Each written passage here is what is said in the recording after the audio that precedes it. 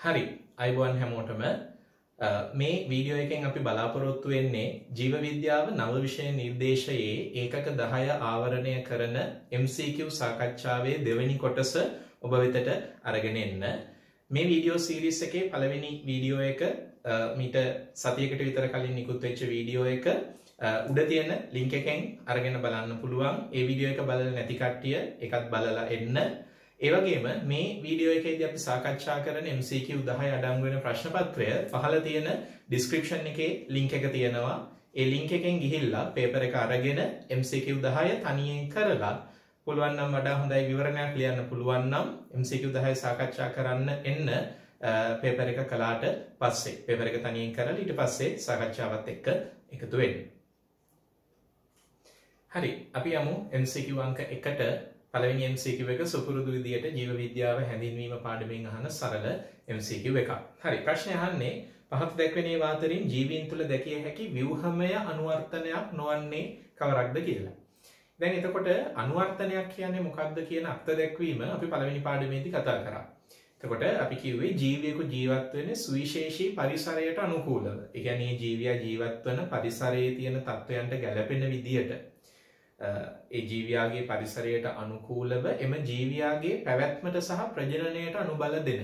ඒ කියන්නේ මේ ජීවියාට නොනැසී ඉන්නත් ඒ වගේම අලුත් පරම්පරාවක් බිහි කරන්නත් අවශ්‍ය තත්ත්වයන් සලසන නැත්නම් ඒවට හිතකර විදියට බලපාන. කරුණු තුනක් වෙන්න පුළුවන්. ව්‍යුහමය, කායකර්මීය හෝ චර්යාමය වෙනස්කමකට අපි කිව්වා අනුවර්තනයක් කියලා. එතකොට දැන් මේ ප්‍රශ්නේ අපෙන් අහන්නේ මේ දීලා තියෙන උදාහරණ අතරින් ව්‍යුහමය අනුවර්තනයක් නොවෙන්නේ මොකක්ද කියන එක. අපි බලමු ව්‍යුහමය, කායකර්මීය සහ චර්යාමය කියන තුනේ තියෙන වෙනස මොකක්ද කියන එක. අපි උදාහරණත් එක්ක කතා කරගෙන යමු. ඒ ව්‍යුහමය, කායකර්මීය සහ චර්යාමය උදාහරණ මොනවද කියලා. බලන්න පළවෙනි උදාහරණය අපිට කියන්නේ ශුෂ්ක පරිසරවල වැඩෙන ශාකවල ගිලුණු පූටිකා. ශුෂ්ක පරිසරවල කියලා කියන්නේ ජලය ඊටාම අවම රස්නය ඊටාම වැඩි පරිසර තත්ත්වය වගේ ශුෂ්ක පරිසර තත්ත්වවල වැඩෙන ශාකවල ගිලුණු පූටිකා පැවතීම අපිට මේ තත්ත්වය හොඳින්ම දකින්න පුළුවන් නෙරියම්. එහෙමත් නැත්නම් අපි සිංහලෙන් කියනවා කණේරු ශාකවල. ඔයගොල්ලෝ මේ දකින්නේ ඒ කණේරු ශාකයක්. ඒ වගේ කණේරු ශාක ගත්තම මේගොල්ලෝ වැඩෙන්නේ තා ශුෂ්ක පරිසරවල නිසා උත්සේදනය අවම කර ගැනීම සඳහා. ඒ කියන්නේ ශාකයේ වායව කොටස් වලින් ජල වාෂ්ප පිටවීම අවම කර ගැනීම සඳහා එයාලගේ පත්‍රවල තියෙන පූටිකා පත්‍රයේ මතු පිටට එන්නේ නැතුව ටිකක් යට ගැඹුරේ ගිලිලා තමයි තියෙන්නේ. ඔයාලා මේ දකින්න රූපේ පේන විදියට ඒ පූටිකාව අර අපිචර්මීය සෛල ස්තරයට වඩා ටිකක් යටින් ගිලිලා තියෙන නිසා අර විසරණ කවච අපි හතරවෙනි පාඩමේදී ඉගෙන ගන්න ඒ අර උත්සේදනය සඳහා හේතු වෙන විසරණ කවච බාහිරයට කෙලින්ම නිරාවරණය වෙන්නේ නැහැ. ඒක නිසා ඒ හේතුව නිසා පූටිකාව ඇතුලේ ගිලිලා තිබීම නිසා ජලය එළියට වාෂ්ප වීම අඩු කරගෙන තියෙනවා. ඒක නිසා මේක උත්සේදනය අවම කිරීමේ ශුෂ්ක රූපී පරිසරවල වැඩෙන ශාකවල තියෙන උත්සේදනය අවම කිරීමේ අනුවර්තනයක් විදියට අපි සලකනවා. ඒ අදහස නිවැරදි. එතකොට මේක ව්‍යුහමය අනුවර්තනයක්ද කියන එක තමයි ඊළඟ ගැටලුව වෙන්නේ. මතක තියාගන්න ළමයි යම්කිසි ශාකයක හෝ යම්කිසි සත්වයකගේ හෝ දේහය සැකසීලා තියෙන විදිය අනුව, ඒ කියන්නේ අපේ ඇඟේ තියෙන ව්‍යුහය යම්කිසි විදියකින් ඒ ජීවියාගේ පැවැත්මට සහ ප්‍රජනනයට අනුබල දෙන විදියට නිර්මාණය වුණා නම් අපි ඒකට කියනවා ව්‍යුහමය අනුවර්තනයක්. එතකොට දැන් මේ උදාහරණයේදී අපි දැක්කේ කණේරු ශාකයේ තියෙන ඔය පූටිකා බාහිර අපිචර්මීය සෛල ස්තරයට වඩා ටිකක් පහළින් පිහිටීම. එතකොට ඒක එයාගේ ව්‍යුහයේ තියෙන ලක්ෂණයක් නේ. එයාගේ ව්‍යුහය තමයි එතකොට ඒ විදියට හැඩගැහිලා තියෙන්නේ. ඒක නිසා ඒක ව්‍යුහමය අනුවර්තනයක්. පළවෙනි ප්‍රකාශය නිවැරදි. ඒක අපිට ව්‍යුහමය අනුවර්තනයක් විදියට ගන්න පුළුවන්. දෙවෙනි එක කඩලාන ශාකවල ජලාභුජ ඵල. කඩලාන ශාක මැන්ග්‍රෝව්ස් කියලා අපි ඉංග්‍රීසි වලින් කියනවා. එතකොට මැන්ග්‍රෝව්ස් වල එහෙමත් නැත්නම් කඩලාන ශාකවල ඒගොල්ල ජීවත් වෙන පරිසරයත් එක්ක ඒගොල්ලන්ට ලොකු ගැටලු ගොඩකට මුහුණ දෙන්න සිද්ධ වෙනවා. අපි උදාහරණයක් විදිහට ගත්තොත් අපිට කඩලාන දකින්න ලැබෙන්නේ ගොඩක් වෙලාවට කලපු පරිසරයන් ආශ්‍රිතව. එතකොට කරදිය සහ මිරිදිය මිශ්‍ර වෙන කිවුල් ජලය තියෙන ප්‍රදේශවල තමයි මේගොල්ලෝ දකින්න ලැබෙන්නේ. එතකොට ඒ පරිසර තත්ත්වයන්ට කලපු ගම්මෝය පරිසර පද්ධතිවල තියෙන තත්ත්වයන්ට ගැලපෙන විදියට මේ කඩුලාන ශාක විවිධාකාරයේ අනුවර්තනයන් රාශියක් දරනවා. මේ පළවෙනියට දීලා තියෙන ලක්ෂණය කඩුලාන ශාකවල ජලාභුජ ඵල කියන ලක්ෂණය මෙන්න මේ රූපයේ ඔයගොල්ලෝ දකින්නේ මේ తত্ত্বය බලන්න මේ ශාකවල තියෙන බීජය ශාකයෙන් බැහැර වෙන්නට කලින් එහෙමත් නැත්නම් ශාකයෙන් වෙන් වෙලා වතුරට වැටෙන්නට කලින් ඒගොල්ලන්ගේ මුල එහෙමත් නැත්නම් වඩා නිවැරදිව කිව්වොත් බීජාදරය ඔය පහලට කූරක් වගේ පේන කොටසට අපි කියන්නේ බීජාදරය. ඒ බීජාදරය පහලට දික් වෙනවා. ඒකෙන් බලාපොරොත්තු වෙන්නේ ශාකයෙන් ගිලිහුණ වහාම මේ බීජය ඇවිල්ලා ඔය දිගු බීජාදරය කලපුවේ පතුලට සම්බන්ධ වීම හරහා ශාකයට ඉක්මනින්ම ප්‍රරෝහණය වෙන්නට පුළුවන් හැකියාව ලබා ගැනීම. එහෙමනම් තේරෙනවා ඇති අර කලපුවක තියෙන නොගැඹුරු ජලයේ ඔය වගේ බීජයක් දිගු බීජාදරය උලක් වගේ තියෙන කොටසත් එක්ක වතුරට වැටුනම එයාට ඉක්මනටම වතුරේ යටට ගිහිල්ලා පොළවට නැත්නම් පතුලට සවි වෙලා ඉක්මනට ප්‍රරෝහණය වෙන්න අවස්ථාව ලැබෙනවා. එතකොට ඒකත් ව්‍යුහමය අනුවර්තනයක් අපිට පැහැදිලි නිවැරදි. ඊළඟට 3 කඩුලාන ශාකවල පවතින කයිරු මුල්. කඩුලාන ශාකවල පවතින කයිරු මුල්. දැන් අපි බලමු මේ රූපයත් එක්ක මේ කතාව මේ අපි මම නිකන් පොඩි රූපයක් ඇඳලා කඩුලාන ශාකවල ලක්ෂණ පෙන්වන්න. දැන් මේ කරු මුල් සහ කයිරු මුල් කියන වචන දෙක එකක් කයිරු මුල් මේක දීලා තියෙන්නේ ඒක කඩුලාන ශාකවල පවතින කයිරු මුල් කියලා තමයි අපිට දෙන්නේ. කයිරු මුල් එහෙමත් නැත්නම් ඉංග්‍රීසි මීඩියම් කරන දරුවන්ට මේ වචනය අහු වෙනවා. ඒකට අපි කියන්නේ stilt roots. කයිරු මුල් එහෙමත් නැත්නම් stilt roots. අනිත් පැත්තෙන් තව වචනයක් තියෙනවා. ඒකට අපි කියන්නේ කරු මුල්. කරු මුල් එහෙමත් නැත්නම් ඒවට අපි කියනවා prop roots. හරිද? එතකොට මෙන්න මේ වචන දෙක සම්බන්ධව පොඩි පැටලැවිල්ලක් තියෙනවා සමහර දරුවන්ට. ඒක නිසා මම ඒකත් චුට්ටක් පැහැදිලි කරලා දෙන්නම්. මතක තියාගන්න යම් ශාකයක ඒක කඩුලාන ශාක වෙන්න පුළුවන් නැත්නම් වෙනත් ශාකයක වෙන්න පුළුවන් ප්‍රධාන කඳෙන් දැන් මේ තියෙන්නේ මේ කඩුලාන ශාකයේ ප්‍රධාන කඳනේ. ඒ ප්‍රධාන කඳෙන් හටගන්නා මුල් තියෙනවා නම් මෙයා මෙහිම වැටෙන එක වළක්වන්න සමබරතාවය රැක ගන්න දායක වෙන මුල් වර්ගයක් කඳෙන් හටගන්නවා නම් අන්නේ කඳෙන් හටගන්න මුල් වලට අපි කියනවා කයිරු මුල්. හරිද? එතකොට පොයින්ට් එක අල්ලගන්න හරියට යම්කිසි ශාකයක ප්‍රධාන කඳෙන් හටගන්න මුල් වර්ගයක් ඒ ගහේ සමබරතාවය රැක ගන්න දායක වෙනකොට අන්න ඒ මුල් වර්ගයට අපි කියනවා කයිරු මුල්. අනිත් අතට මෙන්න මේ වගේ මුල්. ඒ කියන්නේ ශාකයේ ප්‍රධාන කඳෙන් නෙමෙයි අත්තකින් පහළට හටගන්න මුල් වර්ගයකින් ඒ අත්තට සන්ධාරණයක් සපයනකොට අපි අන්න ඒවට කියනවා කරු මුල්. එතකොට මේ මැන්ග්‍රූව්ස් එහෙමත් නැත්නම් කඩුලාන ශාක ගත්තම අපිට ප්‍රධාන වශයෙන්ම දැක ගන්න පුළුවන් වෙන්නේ කයිරු මුල්. යම් ශාක ආකාරවල හැම එකේම නෙමෙයි යම් ශාක ආකාරවල කරු මුල් තියෙන්න පුළුවන්. නමුත් අපිට ගොඩක් හොඳින් බලා ගන්න පුළුවන් වෙන්නේ මෙන්න මේ වගේ කයිරු මුල්. එහෙම කයිරු මුල් පිළිටන්න හේතුව අපි පැහැදිලි කළොත් අපි දන්නවා කඩුලාන වැඩෙන කලපු පරිසරයක් ගත්තම ඒ පරිසරයේ තියෙන්නේ වැලි මිශ්‍ර පසක්. එහෙමත් නැත්නම් අර මුහුදු වෙරළ ආසන්නයේ නිසා මේ පස වැලි සහිතයි. ඒ වගේම කලපු පරිසරයක් ගත්තොත් මුහුදට ආසන්න නිසා සුළඟ ඊටාම අධිකයි. දැන් හිතලා බලන්න මේ වගේ පරිසරයක වැඩෙන ශාකයකට ලොකු ගැටලුවක් ඇති වෙනවා. මොකද්ද ගැටලුව? මූල පද්ධතිය තියෙන්නේ වැලි සහිත පසක නිසා ඒ මූල පද්ධතිය ලේසියෙන්ම පසෙන් ඉදිරි ගහ වැටෙන්න පුළුවන්. ඒ වගේම සුළඟ අධික වීම ඒ ගහ පෙරළී යාම සඳහා තවත් හේතුවක් වෙනවා.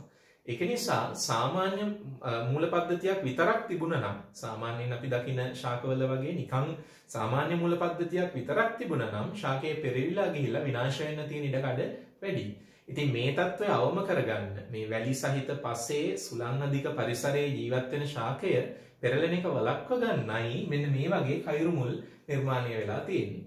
එතකොට ඒක ව්‍යුහමය අනුවර්තනයක්. මේ උදාහරණය නිවැරදි. කරු මුල් මේගොල්ලන්ගේ දකින්න පුළුවන් සමහර ආකාරවල අතු වලින් හටගන්න කරු මුල් දකින්න පුළුවන් හොඳම ශාකයක් තමයි කිව්ව ගමන් ඔයාලට මතක් වෙනවා නුග. නුග ගස්වල ලොකු අතු වලින් පහළට වැඩෙන මුල් ක්‍රියා කරන්නේ මෙන්න මේ විදිහේ කරු මුල් විදියට. එතකොට ඒකත් උදාහරණයක් විදිහට මතකයේ රඳව ගන්න. එහෙමනම් තුන්වෙනි වාක්‍යයේ කියන කරුණත් සත්‍යයි. කඩලාන ශාකවල පවතින කයුරු මුල් ව්‍යුහමය අනුවර්තනයක් වෙනවා. ඒක ශාකයෙන් හටගන්න ව්‍යුහයක් නිසා. ඒ කරුණ හරි. 4 උණුසුම් තත්ත්වවලදී ක්ෂීරපායින්ට දහඩිය දැමීම. දැන් ඔබට තේරෙන්න ඕන මේක කියපු ගමන් අපි දන්නවා මේ කරුණ සත්‍යයි කියන එක. උණුසුම් තත්ත්වවලදී පරිසරයේ රස්නේ වැඩි වෙනකොට ක්ෂීරපායින් වල අපිට දහඩිය දානවා. ඒකෙන් බලාපොරොත්තු වෙන්නේ අපේ සම මතට දහඩිය ආවම අපේ ඇඟෙන් තාපය උරාගෙන තමයි අර එළියට ආපු ජලය නැත්නම් දහඩිය වාෂ්ප වෙලා යන්නේ. එතකොට අපේ ඇඟෙන් තාපය ඉවත් කරන ක්‍රමයක් විදියට, දේහ උෂ්ණත්වය පහළ දාන ක්‍රමයක් විදියට දේහ උෂ්ණත්ව යාමනයේදී මේ දහඩිය දැමීමේ ක්‍රියාව වැදගත් වෙනවා. එතකොට ඒක අනුවර්තනයක් තමයි. ඒක ජීවයාගේ තියෙන අනුවර්තනයක් තමයි. හැබැයි මතක තියාගන්න ඒක ව්‍යුහමය අනුවර්තනයක් නෙවෙයි. ඒක ව්‍යුහය වෙනස් වීමක් නොවේ. ඒක ක්‍රියාවලියක සිද්ධ වෙන වෙනසක්. දහඩිය නොදා සිටීම හෝ දහඩිය දැමීම කියලා කියන්නේ ක්‍රියාවලියක සිද්ධ වෙන වෙනසක්නේ.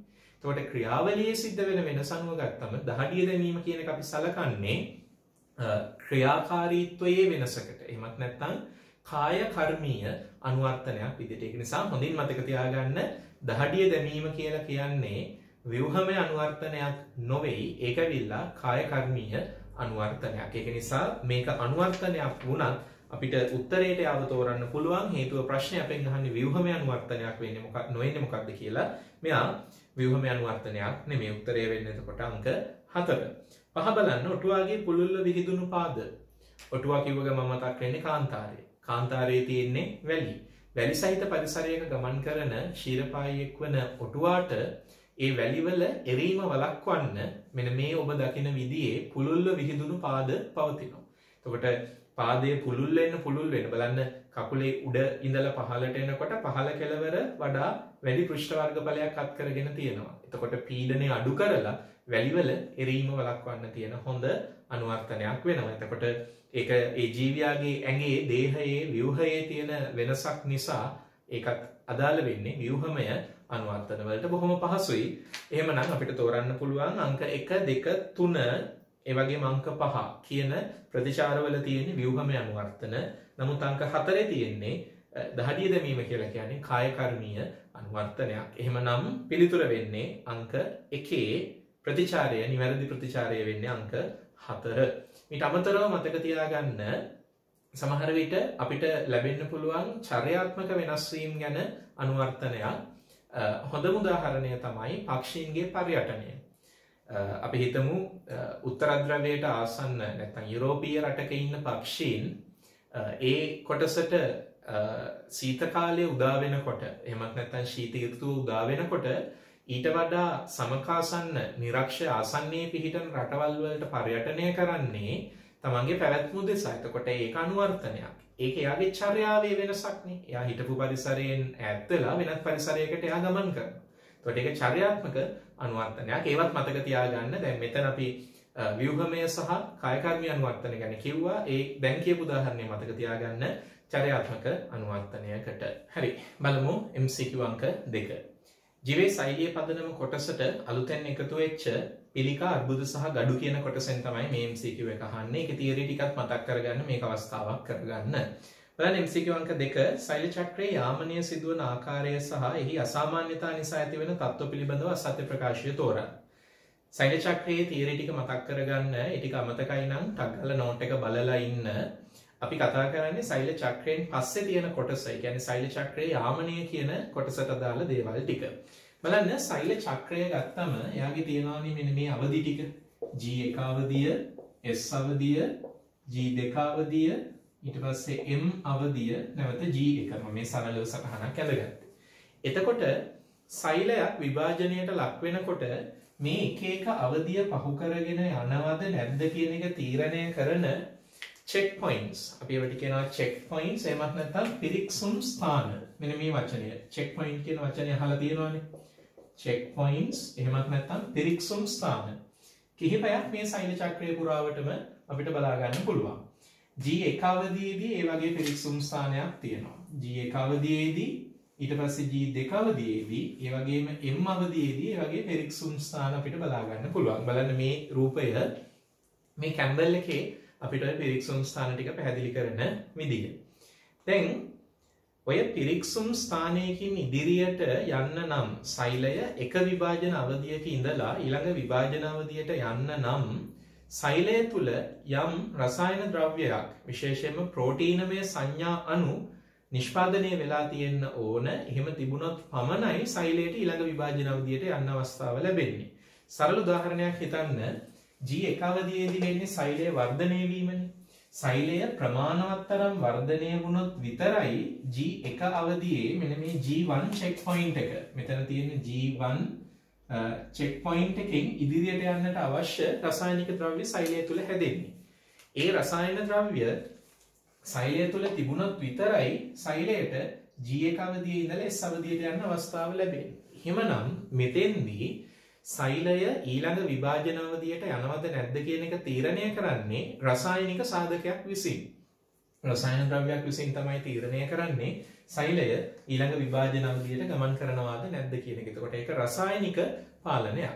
මේ වගේම තවත් භෞතික සාධක විසින් සෛලය ඊළඟ විභාජන අවධියට යනවද නැද්ද කියන එක පාලනය කරනවා. මූලික වශයෙන් අපි ඒ වගේ භෞතික සාධක දෙකක් කැම්බල් එකේදී දකිනවා. එකක් තමයි අපි කියනවා ඝනත්වය මත රඳා පවතින නිෂේධනය. එහෙමත් නැත්නම් අපිට කියන්න පුළුවන් density dependent inhibition. ඒ කියන්නේ සෛල ගොනුවක් එහෙමත් නැත්නම් අපිට කියන්න පුළුවන් පටකයක තියෙන සෛල දිගින් දිගට බෙදිලා එකම තැන සෛල ගොඩක් හැදුනොත් ඒ සෛලවල ඝනත්වය වැඩි වෙනවනේ. ඒකීය පරිමාවක තියෙන සෛල ප්‍රමාණය ගොඩක් වැඩි වෙනවා.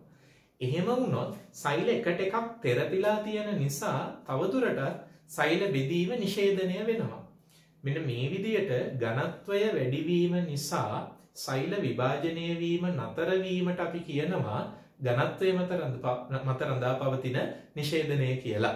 එතකොට ඒක භෞතික සාධකයක්. ඒ වගේම තව එකක් තියෙනවා. ඔයගොල්ලෝ බලන්න නෝට් එකේ උපස්තරයේ මත රඳා පවතින නිෂේධනය එහෙමත් නැත්නම් substrate dependent inhibition කියන එකත් භෞතික සාධකයක් විදියට සෛල චක්‍රය පාලනය කරන්න දායක වෙනවා. එහෙමනම් සාරාංශයක් විදියට කිව්වොත් සෛල චක්‍රය තුල සෛලයක් එක විභාජක අවධියක ඉඳලා ඊළඟ විභාජන අවධියට ගමන් කිරීම රසායන ද්‍රව්‍ය මගින් පාලනය විය හැකියි. මේ විදියට පිරික්සුම් ලක්ෂවල චෙක් පොයින්ට්ස් වල යම්කිසි රසායන ද්‍රව්‍යයක් තියෙනවද නැද්ද කියන එක බලලා ඊළඟ විභාජන අවධියට යනවද නැද්ද කියන එක තීරණය විය හැකියි. එමත් නැත්නම් ඝනත්වය මත රඳා පවතින නිෂේධනය හෝ උපස්තරය මත රඳා පවතින නිෂේධනය වැනි භෞතික සාධකයක් මගින් එය පාලනය විය හැකියි. එහෙමනම් බලන්න දෙවැනි MCQ එකේ පළවෙනි වාක්‍ය සත්‍යයි. සෛල චක්‍රයේ මෙහෙයවීමට කියන්නේ පාලනය කිරීමට රසායනික සාධක මෙන්ම භෞතික සාධකද දායක වේ. සත්‍යයි. දැන් බලන්න අනිත් ප්‍රකාශ ටික බලන්න කලින් පස්වෙනි ප්‍රකාශය අපි ටිකක් බලමු. පස්වෙනි ප්‍රකාශය කියන්නේ G2 කලාවේදී සෛල චක්‍රය පාලනය කරන පිරික්සුම් ස්ථානයේදී ඉදිරියට යාමට සංඥා නොලැබුණහොත් සෛලය සෛල චක්‍රය නිවත් වී G0 අවධියට පිවිසේ. ඒ කියන්නේ මෙන්න මේ G2 පිරික්සුම් ලක්ෂයේදී ඉස්සරහට යන්න දුන්නේ නැති වුණොත් සෛල චක්‍රය නතර වෙනවා කියලා තමයි මේ වාක්‍යයෙන් කියන්නේ. වාක්‍ය වැරදීනේ. අපි හොඳටම දන්නවා G1 චෙක් පොයින්ට් එකේදී පරතර කලාව 1 කොටසේ තියෙන පිරික්සුම් ලක්ෂයේදී සෛල චක්‍රයට ඉදිරියට යන්න සංඥා නොලැබුණොත්, ඒ කියන්නේ S අවධියට යන්න සංඥා නොලැබුණොත් තමයි සෛලයේ G0 කියන අවධියට ගමන් කරන්නේ. G0 අවධිය කියලා කියන්නේ සෛලය තවදුරටත් බෙදෙන්නේ නැතිව විරාමයක්. එහෙමත් නැත්නම් සෛල විභාජනය නතර වෙලා තියෙන කාලයක්. මිනිස් දේහයේ තියෙන සෛල ගත්තත් බොහෝ සෛල තියෙන්නේ මේ වගේ අවධියක. ඒ කියන්නේ බෙදෙන්නේ නැතිව නතර වෙලා තියෙන අවධියක තමයි බොහෝ සෛල තියෙන්නේ. විස්තරය ඔයාලගේ රිසෝස් බුක් එකේ තියෙනවා. බලන්න බොහොම පහසුවෙන් ඒක තේරුම් ගන්න පුළුවන්. එහෙමනම් පොඩි එක ඉලක්කමක වැරද්ද නිසා වාක්‍ය වර්ධිනවා. G2 අවධියේ තියෙන චෙක් පොයින්ට් එකෙන් ඉදිරියට යන්න දුන්නේ නැති වුණාම නෙමෙයි G1 චෙක් පොයින්ට් එකේ පරතර කලාව අංක 1 තියෙන මේ පිරික්සුම් ස්ථානයෙන් ඉදිරියට යන්න දුන්නේ නැති වුණාම තමයි සෛලයේ G0 අවධියට යන්නේ. එහෙනම් පස්වෙනි ප්‍රකාශය අසත්‍ය වෙන බව. පස්වෙනි ප්‍රකාශයේ වැරද්ද ඒකයි. හරි. දැන් බලමු අපි අංක 2 ප්‍රකාශය. සෛල චක්‍රය යාමනය කරන සාමාන්‍ය සංඥා පිළිකා සෛල නොසලකයි. සෛල චක්‍රය යාමනය කරන කියන්නේ සෛල චක්‍රය පාලනය කරන සාමාන්‍ය සංඥා ඒ කියන්නේ මේ චෙක් පොයින්ට්ස් වලදී ලැබෙන්න ඕන සංඥා පිළිකා සෛල නොසලකයි. ඒ කියන්නේ පිළිකා සෛලයක් කියලා කියන්නේ අසාමාන්‍ය ලෙස බෙදෙන සෛලයක්නේ. එයා අසාමාන්‍ය විදියට බෙදෙන්න හේතුව තමයි සංඥාව ලැබුණත් ඉදිරියට යන්න එපා කියලා සංඥාව ලැබුණත් එයා බෙදීම නතර කරන්නේ දිගින් දිගටම බෙදෙනවා. ඒක නිසා පිළිකා සෛලවල ලක්ෂණය තමයි එයා මේ පාලන යාන්ත්‍රණය සෛල චක්‍රයේ යාමන මධ්‍යස්ථානීය විසින් ලබා දෙන සංඥා එයා පිළිපදින්නේ නැහැ. මේකත් කෙලින්ම රිසෝස් බුක් එකෙන් ඔයාලට දකින්න පුළුවන් වාක්‍යයක් දෙක සත්‍යයි. 3 සාමාන්‍ය සෛලයක් අසාමාන්‍ය ලෙස බෙදෙන සෛලයක් බවට පත්වීමේ ක්‍රියාවලිය පරිණාමණය නම් වේ. ඔව් සත්‍යයි. ඒ කියන්නේ යම්කිසි සාමාන්‍ය සෛලයක් තමයි කවදා හෝ වෙනස් වෙලා අසාමාන්‍ය විදියට බෙදෙන පිළිකා සෛලයක් බවට පරිවර්තනය වෙන්නේ. ඒ සාමාන්‍ය සෛලය පිළිකා සෛලයක් විදියට වෙනස් වෙන ක්‍රියාවලියටයි අපි පරිණාමණය කියලා කියන්නේ. සත්‍යයි 3 වෙනි වාක්‍යය. 4 බොහෝ නිරුපද්‍රව අර්බුද ශල්‍ය කර්මයක් මගින් සම්පූර්ණයෙන්ම ඉවත් කිරීම අනතුරුදායක ගැටලු ඇතිවීම වළක්වා ගත හැකිය. මතකයිනේ නිරුපද්‍රව අර්බුද සහ අනිත් පැත්ත සෝපාද්‍රව අර්බුද. බලන්න මේ රූපයේ ඔයාලගේ වම් මත පැත්තේ තියෙන රූපය ගත්තොත් එතන අසාමාන්‍ය සෛල ගුණයක් ඇති වෙලා තියෙනවා. ඒ ඇතිවෙච්ච අසාමාන්‍ය සෛල ගුණුව මුල් ස්ථානයෙන් වෙනත් ස්ථානවලට පැතිරිලා නැහැ. ඒ වගේ මුල් ස්ථානයෙන් වෙනත් ස්ථානවලට පැතිරෙන්නේ නැති අර්බුදයකට නැත්නම් පිළිකා සෛල ගුණුවකට අපි කියනවා නිරුපද්‍රව අර්බුදයක් කියලා. එතකොට ඔය දකින්නේ මේ වගේ නිරුපද්‍රව අර්බුදයක්. නමුත් සමහර අවස්ථාවලදී ඇතිවෙන අර්බුද මුල් ස්ථානයේ ඉඳලා වෙනත් ස්ථානවලට පැතිරෙනවා. ඒ වගේ එකක් තමයි ඔයාලගේ දකුණු අත පැත්තේ තියෙන්නේ. ඒ වගේ එකකට අපි කියනවා සෝපාද්‍රව අර්බුදයක්.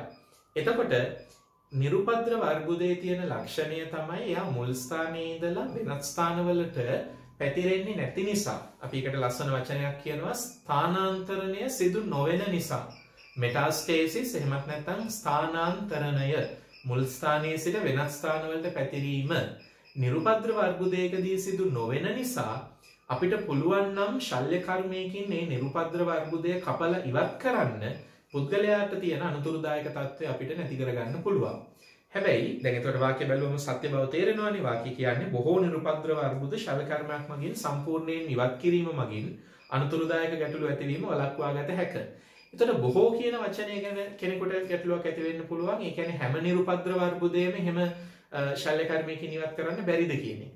ඒකට හේතුව මේකයි නිරුපද්‍රව අර්බුදයක් වුණත් දේහයේ මොළය වැනි ඉතා වැදගත් අවයවයක ශල්‍ය කර්මයකින් ඉවත් කරන්න බැරි තැනක ඇති වුණොත් එහෙම ඒකෙන් අනතුරුදායක ගැටලු ඇති වෙන්න පුළුවන්. ඒක නිසායි අපි කියන්නේ බොහෝ නිරුපද්‍රව අර්බුද දේහේ වෙනත් ස්ථානවල ඇති වෙන බොහෝ නිරුපද්‍රව අර්බුද වලින් ගැටලුවක් ඇති වෙන්නේ නැහැ. අපිට ඒවා ශල්‍ය කර්මයක් මගින් කපලා ඉවත් කරන්න පුළුවන්. හැබැයි මොළය වගේ ඉතාම වැදගත් අවයවයක අපි කියනවා ක්‍රිටිකල් ඕගන් එකක ඇතිවෙන අවයවයක ඇතිවෙන නිරුපද්‍රව අර්බුදයකදී කපා ඉවත් කිරීම කරන්න බැරි වෙන්න පුළුවන්. එතකොට ඒක අනතුරුදායක වෙන්න පුළුවන්. එහෙමනම් 4 වෙනි ප්‍රකාශය සත්‍යයි. බොහෝ නිරුපද්‍රව අර්බුද ශල්‍ය කර්මයකින් ඉවත් කරාම අනතුරුදායක ගැටලු ඇතිවීම වළක්ව ගන්න පුළුවන්. එහෙමනම් 4 වෙනි ප්‍රකාශය සත්‍යයි. අපි 5 වෙනි ප්‍රකාශය අසත්‍ය බව කලින් සාකච්ඡා කළා. එහෙමනම් දෙවැනි ප්‍රශ්නයේ අසත්‍ය ප්‍රකාශය වෙන්නේ අංක 5. දෙවැනි MCQ එකේ උත්තරය අංක 5. හරි බලන්න MCQ අංක 3 අපේ සිලබස් එකට අලුතෙන් එකතු වෙච්ච ශාක වංශය වෙන ෆයිලම් නීටොෆීටා සම්බන්ධයෙන් තමයි මේ ප්‍රශ්නය අහන්නේ. සිලබස් එකට අලුතෙන් එකතු වුණා ශාක වංශ කිහිපයක්ම ෆයිලම් ඇන්තොසෙරොෆීටා, ෆයිලම් නීටොෆීටා වගේ අය. එකෙන් වඩා වැදගත් වෙන වංශයක් තමයි ෆයිලම් නීටොෆීටා. අපි බලමු මොකද්ද ප්‍රශ්නේ අහන්නේ කියලා. බලන්න ප්‍රශ්න අංක 3. නීටොෆීටා වංශය නැත්නම් ෆයිලම් නීටොෆීටා සම්බන්ධව අසත්‍ය ප්‍රකාශය තෝරන්න. පළවෙනි වාක්‍යය කියන්නේ සෛලමේ සෛලම වාහිනී ඒකක දරන එකම විවෘත බීජක ශාඛාකාරයයි. ඔව්. සීකස්, ෆයිනස් වගේ වෙනත් විවෘත බීජක ශාඛාකාර ගත්තම එයාලගේ සෛලම පටකයේ සෛලම වාහිනී ඒකක දරන්නේ නැහැ. සාමාන්‍යයෙන් අපිට සෛලම වාහිනී ඒකක දැරීම කියන ලක්ෂණය බලන්න පුළුවන් වෙන්නේ ආවෘත බීජක ශාඛවල පමණයි. හැබැයි මෙයාලගෙත් ඒ කියන්නේ ෆයිලම් නීටොෆීටා වන්ගෙත් අපිට සෛලම වාහිනී ඒකක දැරීම කියන ලක්ෂණය බලන්න පුළුවන්. ඒක නිසා විවෘත බීජක ශාඛ වුණත් මෙයාලා ආවෘත බීජක ශාකවලට ළඟ දියුණු ලක්ෂණ දරන ශාක කාණ්ඩයක් විදිහට අපි සලකන්නේ මේ වගේ හේතු නිසා. පළවෙනි වාක්‍ය නිවැරදි. ලේසියෙන්ම රිසෝස් බුක් එකෙන් හොයාගන්න පුළුවන්. දෙවෙනි වාක්‍ය බලන්න. ආවෘත බීජක ශාකවල පත්‍රවලට සමාන පෙනුමක් සහිත පත්‍ර දරයි. ඔව් බලන්න ආවෘත බීජක ශාකවල පත්‍රවලට සමාන. දැන් මේ නීටම් ගත්තොත් නීටම්ගේ තියෙන පත්‍ර හරියට ආවෘත බීජක ශාකවල තියෙන අර ජලාභ නාරටි වින්‍යාසය වගේ නාරටි වින්‍යාසයක් දරන්නේ. වෙනත් ගණයන් වලට අයිති ශාක ගත්තත් මේ කාණ්ඩේ ඉන්න අය ඒ වගේ ආවෘත බීජක ශාකවල පත්‍රවලට සමාන පෙනුමක් දරනවා. සත්‍යයි මේ වාක්‍යයක් කෙලින්ම රිසෝස් බුක් එකෙන් හොයාගන්න පුළුවන්. තුන්වෙනි වාක්‍ය රිසෝස් බුක් එකේ නැහැ. පොඩි අමතර දැනුමක් අවශ්‍ය වෙන වාක්‍යයක්. අපි බලමු කොහොමද ඒක දැනගන්න ඕන කියලා. 3 මෙම වංශයට අයත් සියලුම ශාක නිවර්තන වර්ෂා වනාන්තර පරිසරවල ජීවත් වෙයි. දැන් අපි මෙයා ගැන කිව්වොත් වංශයේ දර්ශීය උදාහරණය වෙන්නේ නීටම්නේ. නීටම් ගැන කිව්වොත් නීටම් ඉන්නේ නිවර්තන වර්ෂා වනාන්තර පරිසරවල තමයි. ඒක ඇත්ත. හැබැයි මතක තියාගන්න ළමයි ෆයිලම් නීටොෆීටා කිව්වම ඒකේ ඉන්නේ නීටම් විතරක් නෙමෙයි. බලන්න මෙන්න මේ ශාකය. හරි අමුතු ශාකයක්. මෙයාගේ නම හරි අමුතු නමක් තියෙන්නේ. එයාට කියන්නේ අපි වෙල්විෂියා. වෙල්විෂියා කියන ශාකය ගත්තම මේ රූපය ඔයාලා දකිනවා වගේ මෙයා කාන්තාර වාසී පරිසරයක ජීවත් වෙන හරි අමුතු ශාකයක්. කාන්තාර වාසී පරිසරයක ජීවත් වෙන්නේ අපි කැම්බල් එකේ බැලුවොත් අපිට තව විස්තර ටිකක් හොයාගන්න පුළුවන්. බලන්න කැම්බල් එකේ මෙන්න මෙහෙම විස්තරයක් තියෙනවා. මෙන්න මේ රූපය කැම්බල් එකේ තියෙන මේ රූපය මම මෙහෙම ඔයගොල්ලන්ට පේන්න දාන්නම්. බලන්න මේකේ අපිට කියනවා Welwitschia this genus consists of one species. ඒ කියන්නේ මේ ගණයේ ඉන්න එක විශේෂයයිලු Welwitschia mirabilis. Welwitschia mirabilis කියන එක විශේෂයක් විතරයි ඉන්නේ. A plant that can live for thousands of years and is found only in the deserts of southwestern Africa. ඒ කියන්නේ මේ ශාකයට අවුරුදු දහස් ගණනක් ජීවත් වෙන්න පුළුවන්. ඒක විශේෂයි. ඒ වගේම අප්‍රිකාවේ සමහර කාන්තාර ප්‍රදේශවල තමයි දකින්න ලැබෙන්නේ. තව අපිට කියනවා its strap like leaves are among the largest leaves known. අපි දැනට දන්න ශාකවල හමු වෙන විශාලම පත්‍ර අතරින් එක ආකාරයක් තමයි මෙයාගේ තියෙන මේ පත්‍ර. ඉතින් මතක තියාගන්න අපේ රිසෝස් බුක් එකේ තියෙන්නේ නීටම් ගැන විතරක් වුණාට මේ වෙල්විෂියා ගැන ටිකක් දැනගන්න. මේ නම මතක නොතිබුණාට කමක් නැහැ. නම අවශ්‍ය නැහැ. නමුත් යම් අමතර දැනුමක් ඒ අවට තියෙන දේවල් පිළිබඳව යම් අමතර දැනුමක් අපිට අවශ්‍යයි. මොකද සිලබස් එකට අලුතෙන් එකතු වෙච්ච නීටොෆීටා ගැන රිසෝස් බුක් එකේ තියෙන්නේ වාක්‍ය 3-4ක් විතරයි. ඊතුරු දේවල් ටික අපි හොයලා දැනගන්න ඕන. හොඳට මතක තියාගන්න වෙල්විෂියා ගැන ඒ කිව්ව කරුණු ටික බොහොම සරල කළා මම කියන්නම්. කාන්තාරවාසී ශාකයක් අවුරුදු දහස් ගණනක් ජීවත් වෙනවා. ඉතා විශාල පත්‍ර දරන ශාකයක්. ඔන්න ඔය පොඩි කරුණු 3 මතක තියාගන්න. නොදන්න දරුවෝ ඒක ලියලා මතකයේ රඳව ගන්න. හරි. එහෙනම් බලන්න දැන් වාක්‍ය වැරදි බවට අක් ගාලා තේරෙනවනේ. බලන්න අමතර දැනුම තියෙන එකේ වාසිය මෙම වංශයටත් සියලුම ශාක නිවර්තන වර්ෂා වනාන්තරවල ජීවත් වෙයි කියන එක වැරදි. මෙයා ඉන්නේ ඒ වගේ පරිසරවල වුණාට මෙයා ඉන්නේ කාන්තාර වාසී පරිසරවල. බලමු අංක 4. වංශයේ දර්ශීය උදාහරණය ලෙස සැලකෙන නීටම් නැමැති ගණයට මෙයාගේ ගණයට ගස් පඳුරු මෙන්ම වැල් ආකාරයෙන් පවතින විශේෂතා ඇත්තේ. ආයිසරයක් අපිට කැම්බල් එකේ උදව්ව ඕන වෙනවා. ඊට පොඩ්ඩක් එහා මෙතන තමයි වෙල්විෂියා ගැන කිව්වේ. ඊට එහා පැත්තේ නීටම් ගැන තියෙනවා. බලන්න මෙන්න මේ රූපය. මේකේ කියනවා මෙහෙම. නීටම් this genus includes about 35 species of tropical trees, shrubs and vines mainly native to Africa and Asia. අපි සිංහලෙන් කිව්වොත් මේ ගණයට නීටම් කියන ගණයට අයිති වෙනවලු ස්පීෂීස් නැත්නම් විශේෂ 35ක් විතර of tropical trees. ඒ කියන්නේ නිවර්තන වෘක්ෂ, shrubs ඒ කියන්නේ පඳුරු, ඒ වගේම vines ඒ කියන්නේ වැල් වර්ග. අන්න අපිට ඕන වාක්‍ය එහෙමනම්. දැන් තේරෙනවා ඇති මේ ප්‍රශ්නේ කොහොමද හැදුනේ කියන එක. ප්‍රශ්නේ කෙලින්ම හැදිලා තියෙන්නේ කැම්බල් එකේ තියෙන වාක්‍ය සිංහලෙන් දාලා තියෙන්නේ trees, shrubs, vines ඒ කියන්නේ ගස් විදියට, පඳුරු විදියට, ඒ වගේම වැල් විදියට නීටොෆීටා වන් ඉන්න පුළුවන්. නීටම් ගණයේ අය ඉන්න පුළුවන් කියන පොයින්ට් එකයි මේ අපෙන් අහන්නේ. එතකොට අපිට කියන්නේ වංශයේ දර්ශීය උදාහරණය ලෙස සැලකෙන නීටම් නැමැති ගණයට ගස්, පඳුරු මෙන්ම වැල් ආකාරයෙන් පවතින විශේෂතාවයක් ඒ සත්‍යයි. අර පොඩි කරුණ දන්නවා නම් ඔයාලගේ නෝට් එකේ මේ කරුණු තියෙනවා. මේ පොඩි කරුණ දන්නවා නම් ලේසියෙන්ම උත්තරය තෝරගන්න පුළුවන්. 4 සත්‍යයි. පහ මෙම වංශයට අයත් ශාකවල බීජය ආවෘත බීජක ඵලයක වැනි පෙනුමක් දරයි. මම මෙන්න මෙහෙම ඇඳා මේ ඇඳලා තියෙන මේ විදිහට බලන්න මෙන්න මේ රූපය. බලන්න ලස්සනට පේනවා. රූපය බැලුවම පේනවා ඇති මේ තියෙන්නේ නීටම්ගේ බීජ. මේ බීජය මාංශලයි. මාංශලයි කියලා කියන්නේ සතුන්ට කන්න මේකේ අපි සරල විදියට කිව්වොත් සතුන්ට කන්න ආහාර. සතුන්ට කන්න මදයක් මේකේ තියෙනවා. ඒක නිසා මේක හරියට ආවෘත බීජක ශාකයක ඵලය වගේ. හොඳට මතක තියාගන්න නීටම්ගේ බීජය ආවෘත බීජක ඵලය වගේ. ඒ සමානකම මතක තියාගන්න. ඒකත් ඔය වාක්‍ය ලේසියම රිසෝස් එකෙන් ඔයාලට හොයාගන්න පුළුවන්. එහෙනම් ඒක හොඳ ප්‍රශ්නයක්. රිසෝස් බුක් එකෙන් වාක්‍ය 3යි, කැම්බල් එකෙන් වාක්‍ය 2යි. දැන් ලේසියෙන් උත්තරේ හොයාගන්න පුළුවන්. බලන්න අංක එතකොට අපිට ගැටලුව වුණ වාක්‍ය තමයි අංක 3. මෙම වංශයට සියලුම ශාක නිවර්තන වර්ෂාවනාන්තරවල ඉන්නවා කියන එක වැරදි. මෙන්න මෙයා වෙල්වෙෂියා වගේ අය හිටියේ බොහොම ශුෂ්ක කාන්තාරවාසී පරිසරවල. ඒක නිසා ඒ වාක්‍ය වැරදි. අංක 3 MCQ එකේ උත්තරය වෙන්නේ එතකොට අසත්‍ය ප්‍රකාශය වෙන්නේ අංක 3. අංක 3 ප්‍රකාශය තමයි වැරදි වෙන්නේ. හරි අපි බලමු MCQ අංක 4 ශාක ආකාරය සහ ක්‍රියාකාරීත්වය පාඩමෙන් එන MCQ එක. අහන්නේ පූටිකාවක ව්‍යුහය පිළිබඳව අසත්‍ය ප්‍රකාශය තෝරන්න. පූටිකාවක ව්‍යුහය ගැන අසත්‍ය ප්‍රකාශය බලමු. අංක 1 පූටිකා සිදුර වට වී පවතින්නේ පාලක සෛල නමින් හඳුන්වන විකරණය වූ අපිචර්මීය සෛල දෙකකිනි. ඔව් මේ තියෙන්නේ පූටිකා සිදුර. ඒ කියන්නේ ශාකයේ වායව කොටසක පවතින බාහිර පරිසරයත් එක්ක වායු හුවමාරුව පවත්ව ගන්න පුළුවන් අන්වීක්ෂීය සිදුරක්, ජිද්‍රයක්.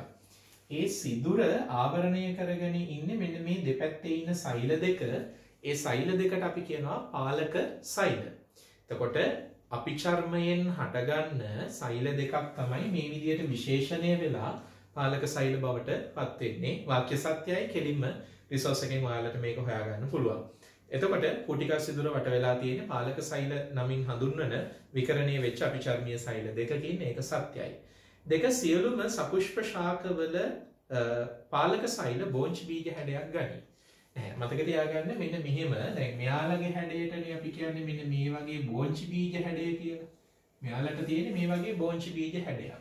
නමුත් සමහර ශාකවල තියෙනවා මෙන්න මේ වගේ හැඩයක් සහිත පාලක සෛල. මේකට අපි කියනවා ඩම්බෙල් හැඩති.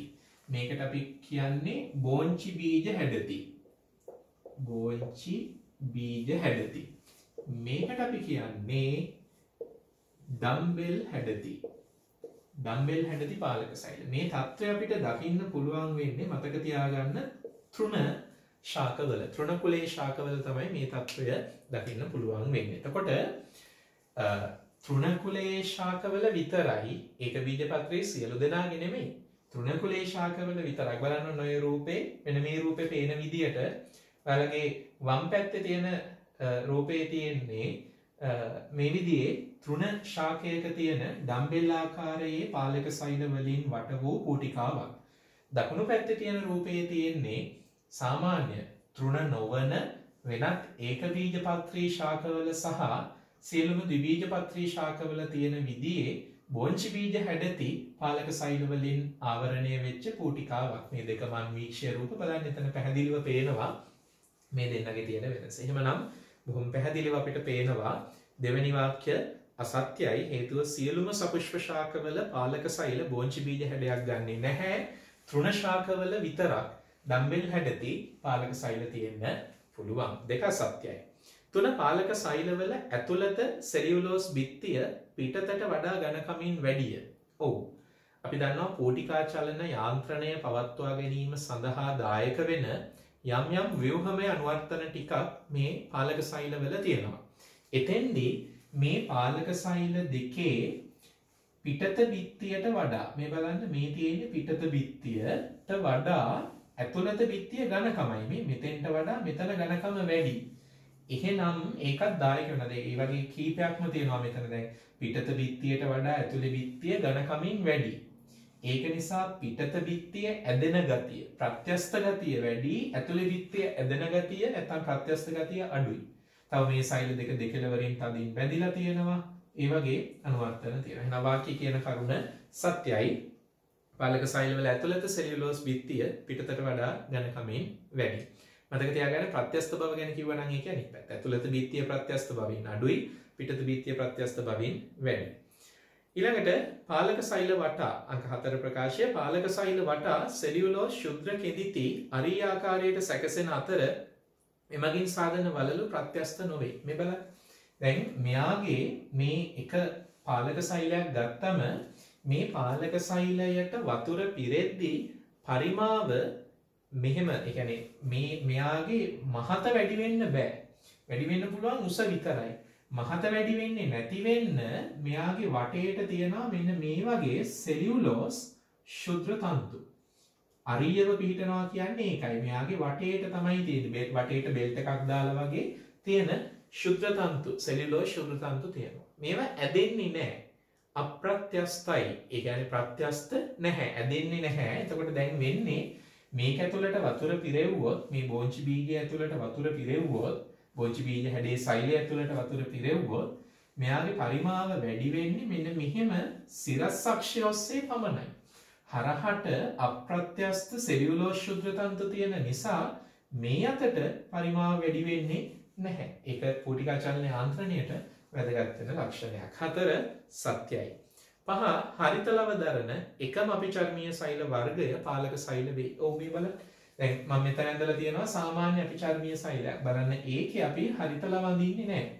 සාමාන්‍යයෙන් අපිචර්මීය සෛලවල හරිත ලව දරන්නේ නැහැ. ශාක පත්‍රයක් ගත්තොත් උඩින්ම තියෙන අපිචර්මය හරිත ලව දරන්නේ නැහැ. හරිත ලව තියෙන්නේ පහළින් තියෙන ඉනි මෘදුස්තර, සවිවර මෘදුස්තර වගේ පටක වල.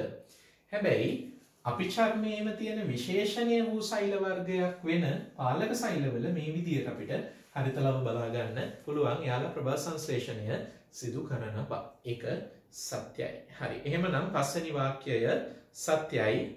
ලේසි අසත්‍ය ප්‍රකාශය තෝරන්න. අසත්‍ය ප්‍රකාශය වෙන්නේ එතකොට අංක 2 සියලුම සපුෂ්ප ශාකවල පාලක සෛල බෝංචි බීජ හැඩයක් ගන්න නැහැ. සමහරුන්ගේ තියෙන්නේ ඩම්බෙල් හැඩති පාලක සෛල.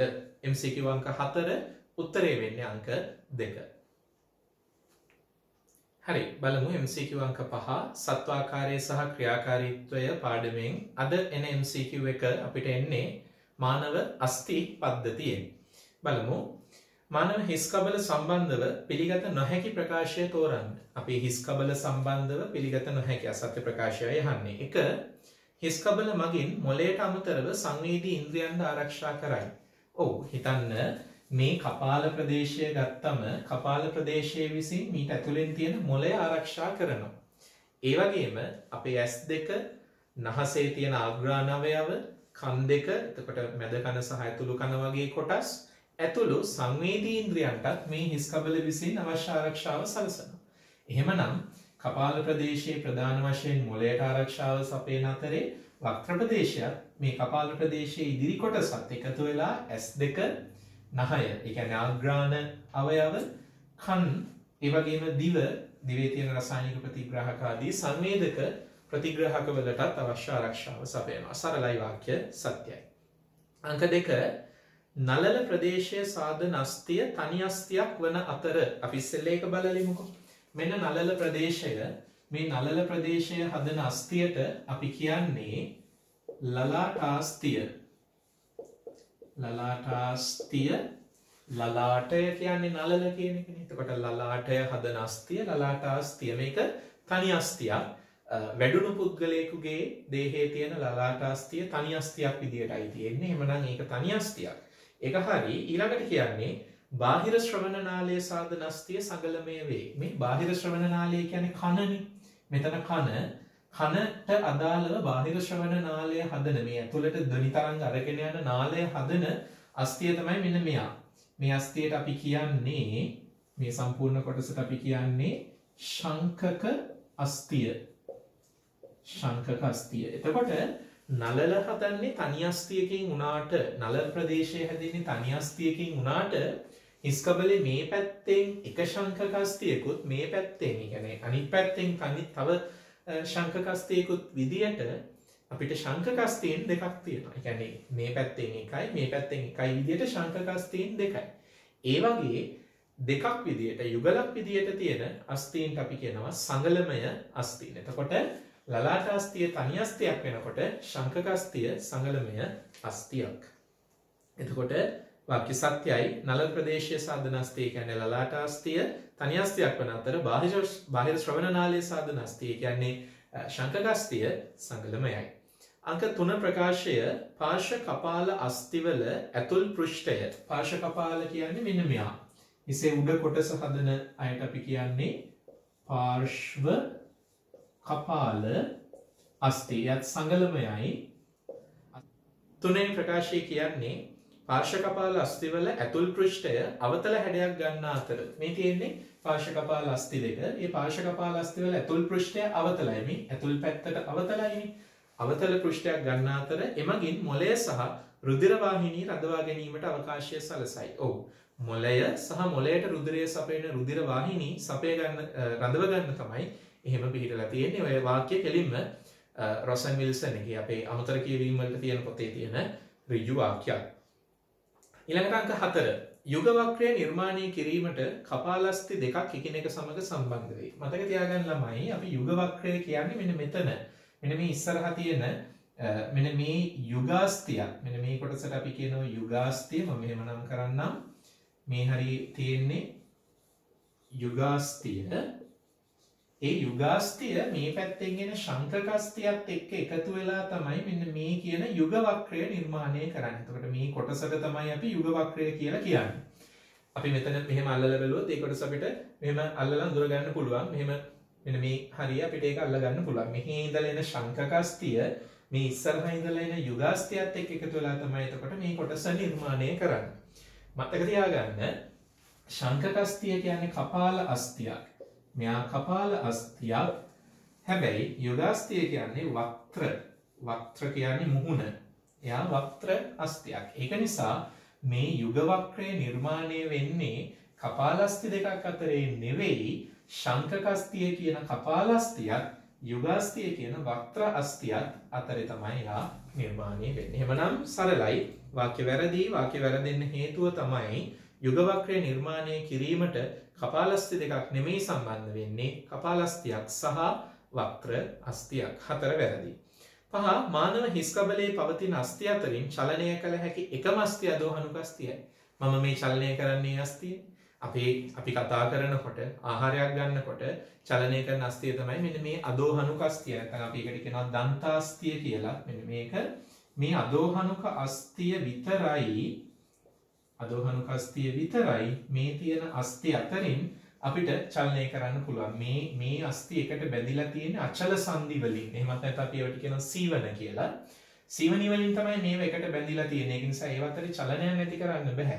නමුත් අදෝහනුක අස්තිය නැත්නම් අපි යට කියනවා දන්තාස්තිය අපිට චලනය කරන්න පුළුවන්. උඩුහනුව එක තැන තියාගෙන උඩුහනුව චලනය නොකර යටිහනුවට පහළට චලනය වීමේ හැකියාව තියෙනවා. පස්වෙනි වාක්‍ය සත්‍යයි. මානව හිස් කබලේ පවතින අස්ති අතරින් චලනය කරන්න පුළුවන් එකම අස්තිය අදෝහනුක අස්තිය. පස්වෙනි MCQ එකේ පිළිගත නොහැකි ප්‍රකාශය කියන්නේ අසත්‍ය ප්‍රකාශය වෙන්නේ අංක 4. යුග වක්‍රය නිර්මාණය වෙන්නේ කපාලස්ති දෙකක් අතරේ නෙවෙයි කපාලස්තියක් සහ වක්‍රස්තියක් අතරේ. පහේ උත්තරය අංක 4. හරි බලන්න ප්‍රශ්න අංක 6 ප්‍රවේණි විද්‍යාවෙන් අහන පෙළවැල සටහනක් සම්බන්ධ ප්‍රශ්නය. එතකොට පෙළවැල සටහන් කියන්නේ මොකක්ද කියන එක අපි චුට්ටක් මතක් කරලා ඉමු. පවුලක් තුල එහෙමත් නැත්නම් පවුල් පරම්පරා කිහිපයක් අතරේ යම්කිසි ප්‍රවේණික ලක්ෂණයක් ආවේනිගත වූ ආකාරය අපි රූප සටහනක් මගින් දක්වනකොට අපි ඒකට කියනවා පෙළවැල සටහනක් කියලා. මේ පෙළවැල සටහන අධ්‍යයනය එහෙමත් නැත්නම් මේ පෙඩිග්‍රී ඇනලයිසිස් කියන එක අපි භාවිතා කරනවා යම්කිසි පරම්පරාවක් තුල රෝගයක් හෝ යම් ලක්ෂණයක් ආවේනිගත වෙන ආකාරය පිළිබඳව අධ්‍යයනය කරන්න. අද අපිට දීලා තියෙනවා මේ වගේ උදාහරණයක්. මේක කැම්බර් එකේ තියෙන උදාහරණය බලාගෙන මම හදපු ප්‍රශ්නයක්. අපි බලමු මොකක්ද මේ ප්‍රශ්නේ අහන්නේ කියලා අධ්‍යයනය කරලා. ඒ වගේ මම කැම්බර් එකේ තියෙන රූපයත් ඒ අතරේදී ඔයාලට පෙන්වන්න ඔතෙන්ට දාන්න. බලන්න පහත දැක්වෙන්නේ එක්තරා පවුලක සමාජිකයන්ට PTC කියන්නේ ෆෙනිල් තයෝකාබමයින් නැමැති රසායනිකයේ රස දැනීම හෝ නොදැනීම ආවේනිගත වන ආකාරය දැක්වෙන පෙළවැල සටහනකි. ඒ කියන්නේ ඔය අපි කියන්නේ බ්‍රොකලි කියලා සමහර එළවලු වර්ග තියෙන්නේ. ඒ වගේ බ්‍රොකලි පවුලට අයත් වෙන සමහර එළවලු වර්ගවල තියෙනවා ෆෙනිල් තයෝකාබමයිඩ් කියලා රසායන ද්‍රව්‍යයක්.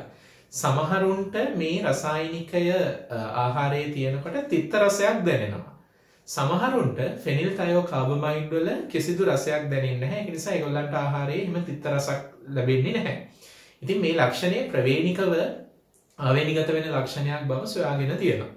පවුලක සමහර පුද්ගලයන්ට මේ ලක්ෂණය තියෙන්න පුළුවන්, සමහරුන්ට නැති වෙන්න පුළුවන්. ඒ ගැන ඇඳපු පෙළවල සටහනක් තමයි අද අපිට දීලා තියෙන්නේ. මෙහිදී රස දැනීමේ හැකියාව නොමැති පුද්ගලයන් හොඳට බලන්න. රස දැනීමේ හැකියාව නොමැති පුද්ගලයන් වර්ණ ගන්වා ඇති අතර ඇති රවුම්සා කොටු වලින් නිරූපණය කෙරේ.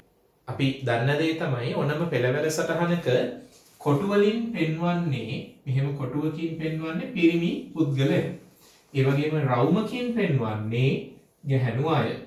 එතකොට මේ පරම්පරා තුනක පුද්ගලයන් අතරේ මේ ලක්ෂණය ගියපු විදිය තමයි මේ පෙන්වන්නේ. එතකොට හොඳින් මතක තියාගන්න මේ ඇතුළ වර්ණ කළා තියෙන අය ගෙන් නිරූපණය වෙන්නේ ෆෙනිල් තයෝකාබමයිඩ් වල රස නොදැනෙන අය. ඒක පැහැදිලිව කියලා තියෙනවා. මෙහිදී රස දැනීමේ හැකියාව නොමැති පුද්ගලයන්, ඒ කියන්නේ රස නොදැනෙන අය වර්ණ ගන්නවා ඇති රවුම්සා කොටු වලින් නිරූපණය කෙරේ. හරි. දැන් අපි බලමු මොනවද කියන වාක්‍ය කියලා. ඉහත පෙළවැල සටහන සම්බන්ධව අසත්‍ය ප්‍රකාශය තෝරන්න. 1. පළමු පරම්පරාවේ පළමු පුද්ගලයාට PTC වල රස සංවේදන හැකියාව පවතී. හරි. බලන්න ළමයි පරම්පරාව මොකද්ද? කීවෙනි පුද්ගලයාද? මෙන්න ගණින හැටි. පිටිපස්සෙම තියෙන්නේ පරණම පරම්පරාව. පෙළවැල සටහනේ පෙන්වන උඩම තියෙන පරම්පරාවට අපි කියනවා පරම්පරාව 1. ඊළඟට 2, 3. ඔය විදිහට පරම්පරාව 15ට තමයි අගය වැඩි වෙන්නේ. එහෙනම් මෙන්න පළවෙනි පරම්පරාව. කීවෙනි පුද්ගලයාද කියන එක තීරණය කරන්නේ මේ ඇවිල්ලා පළවෙනි පරම්පරාවේ පළමුවෙන්නා. මේ පළවෙනි පරම්පරාවේ දෙවෙන්නා.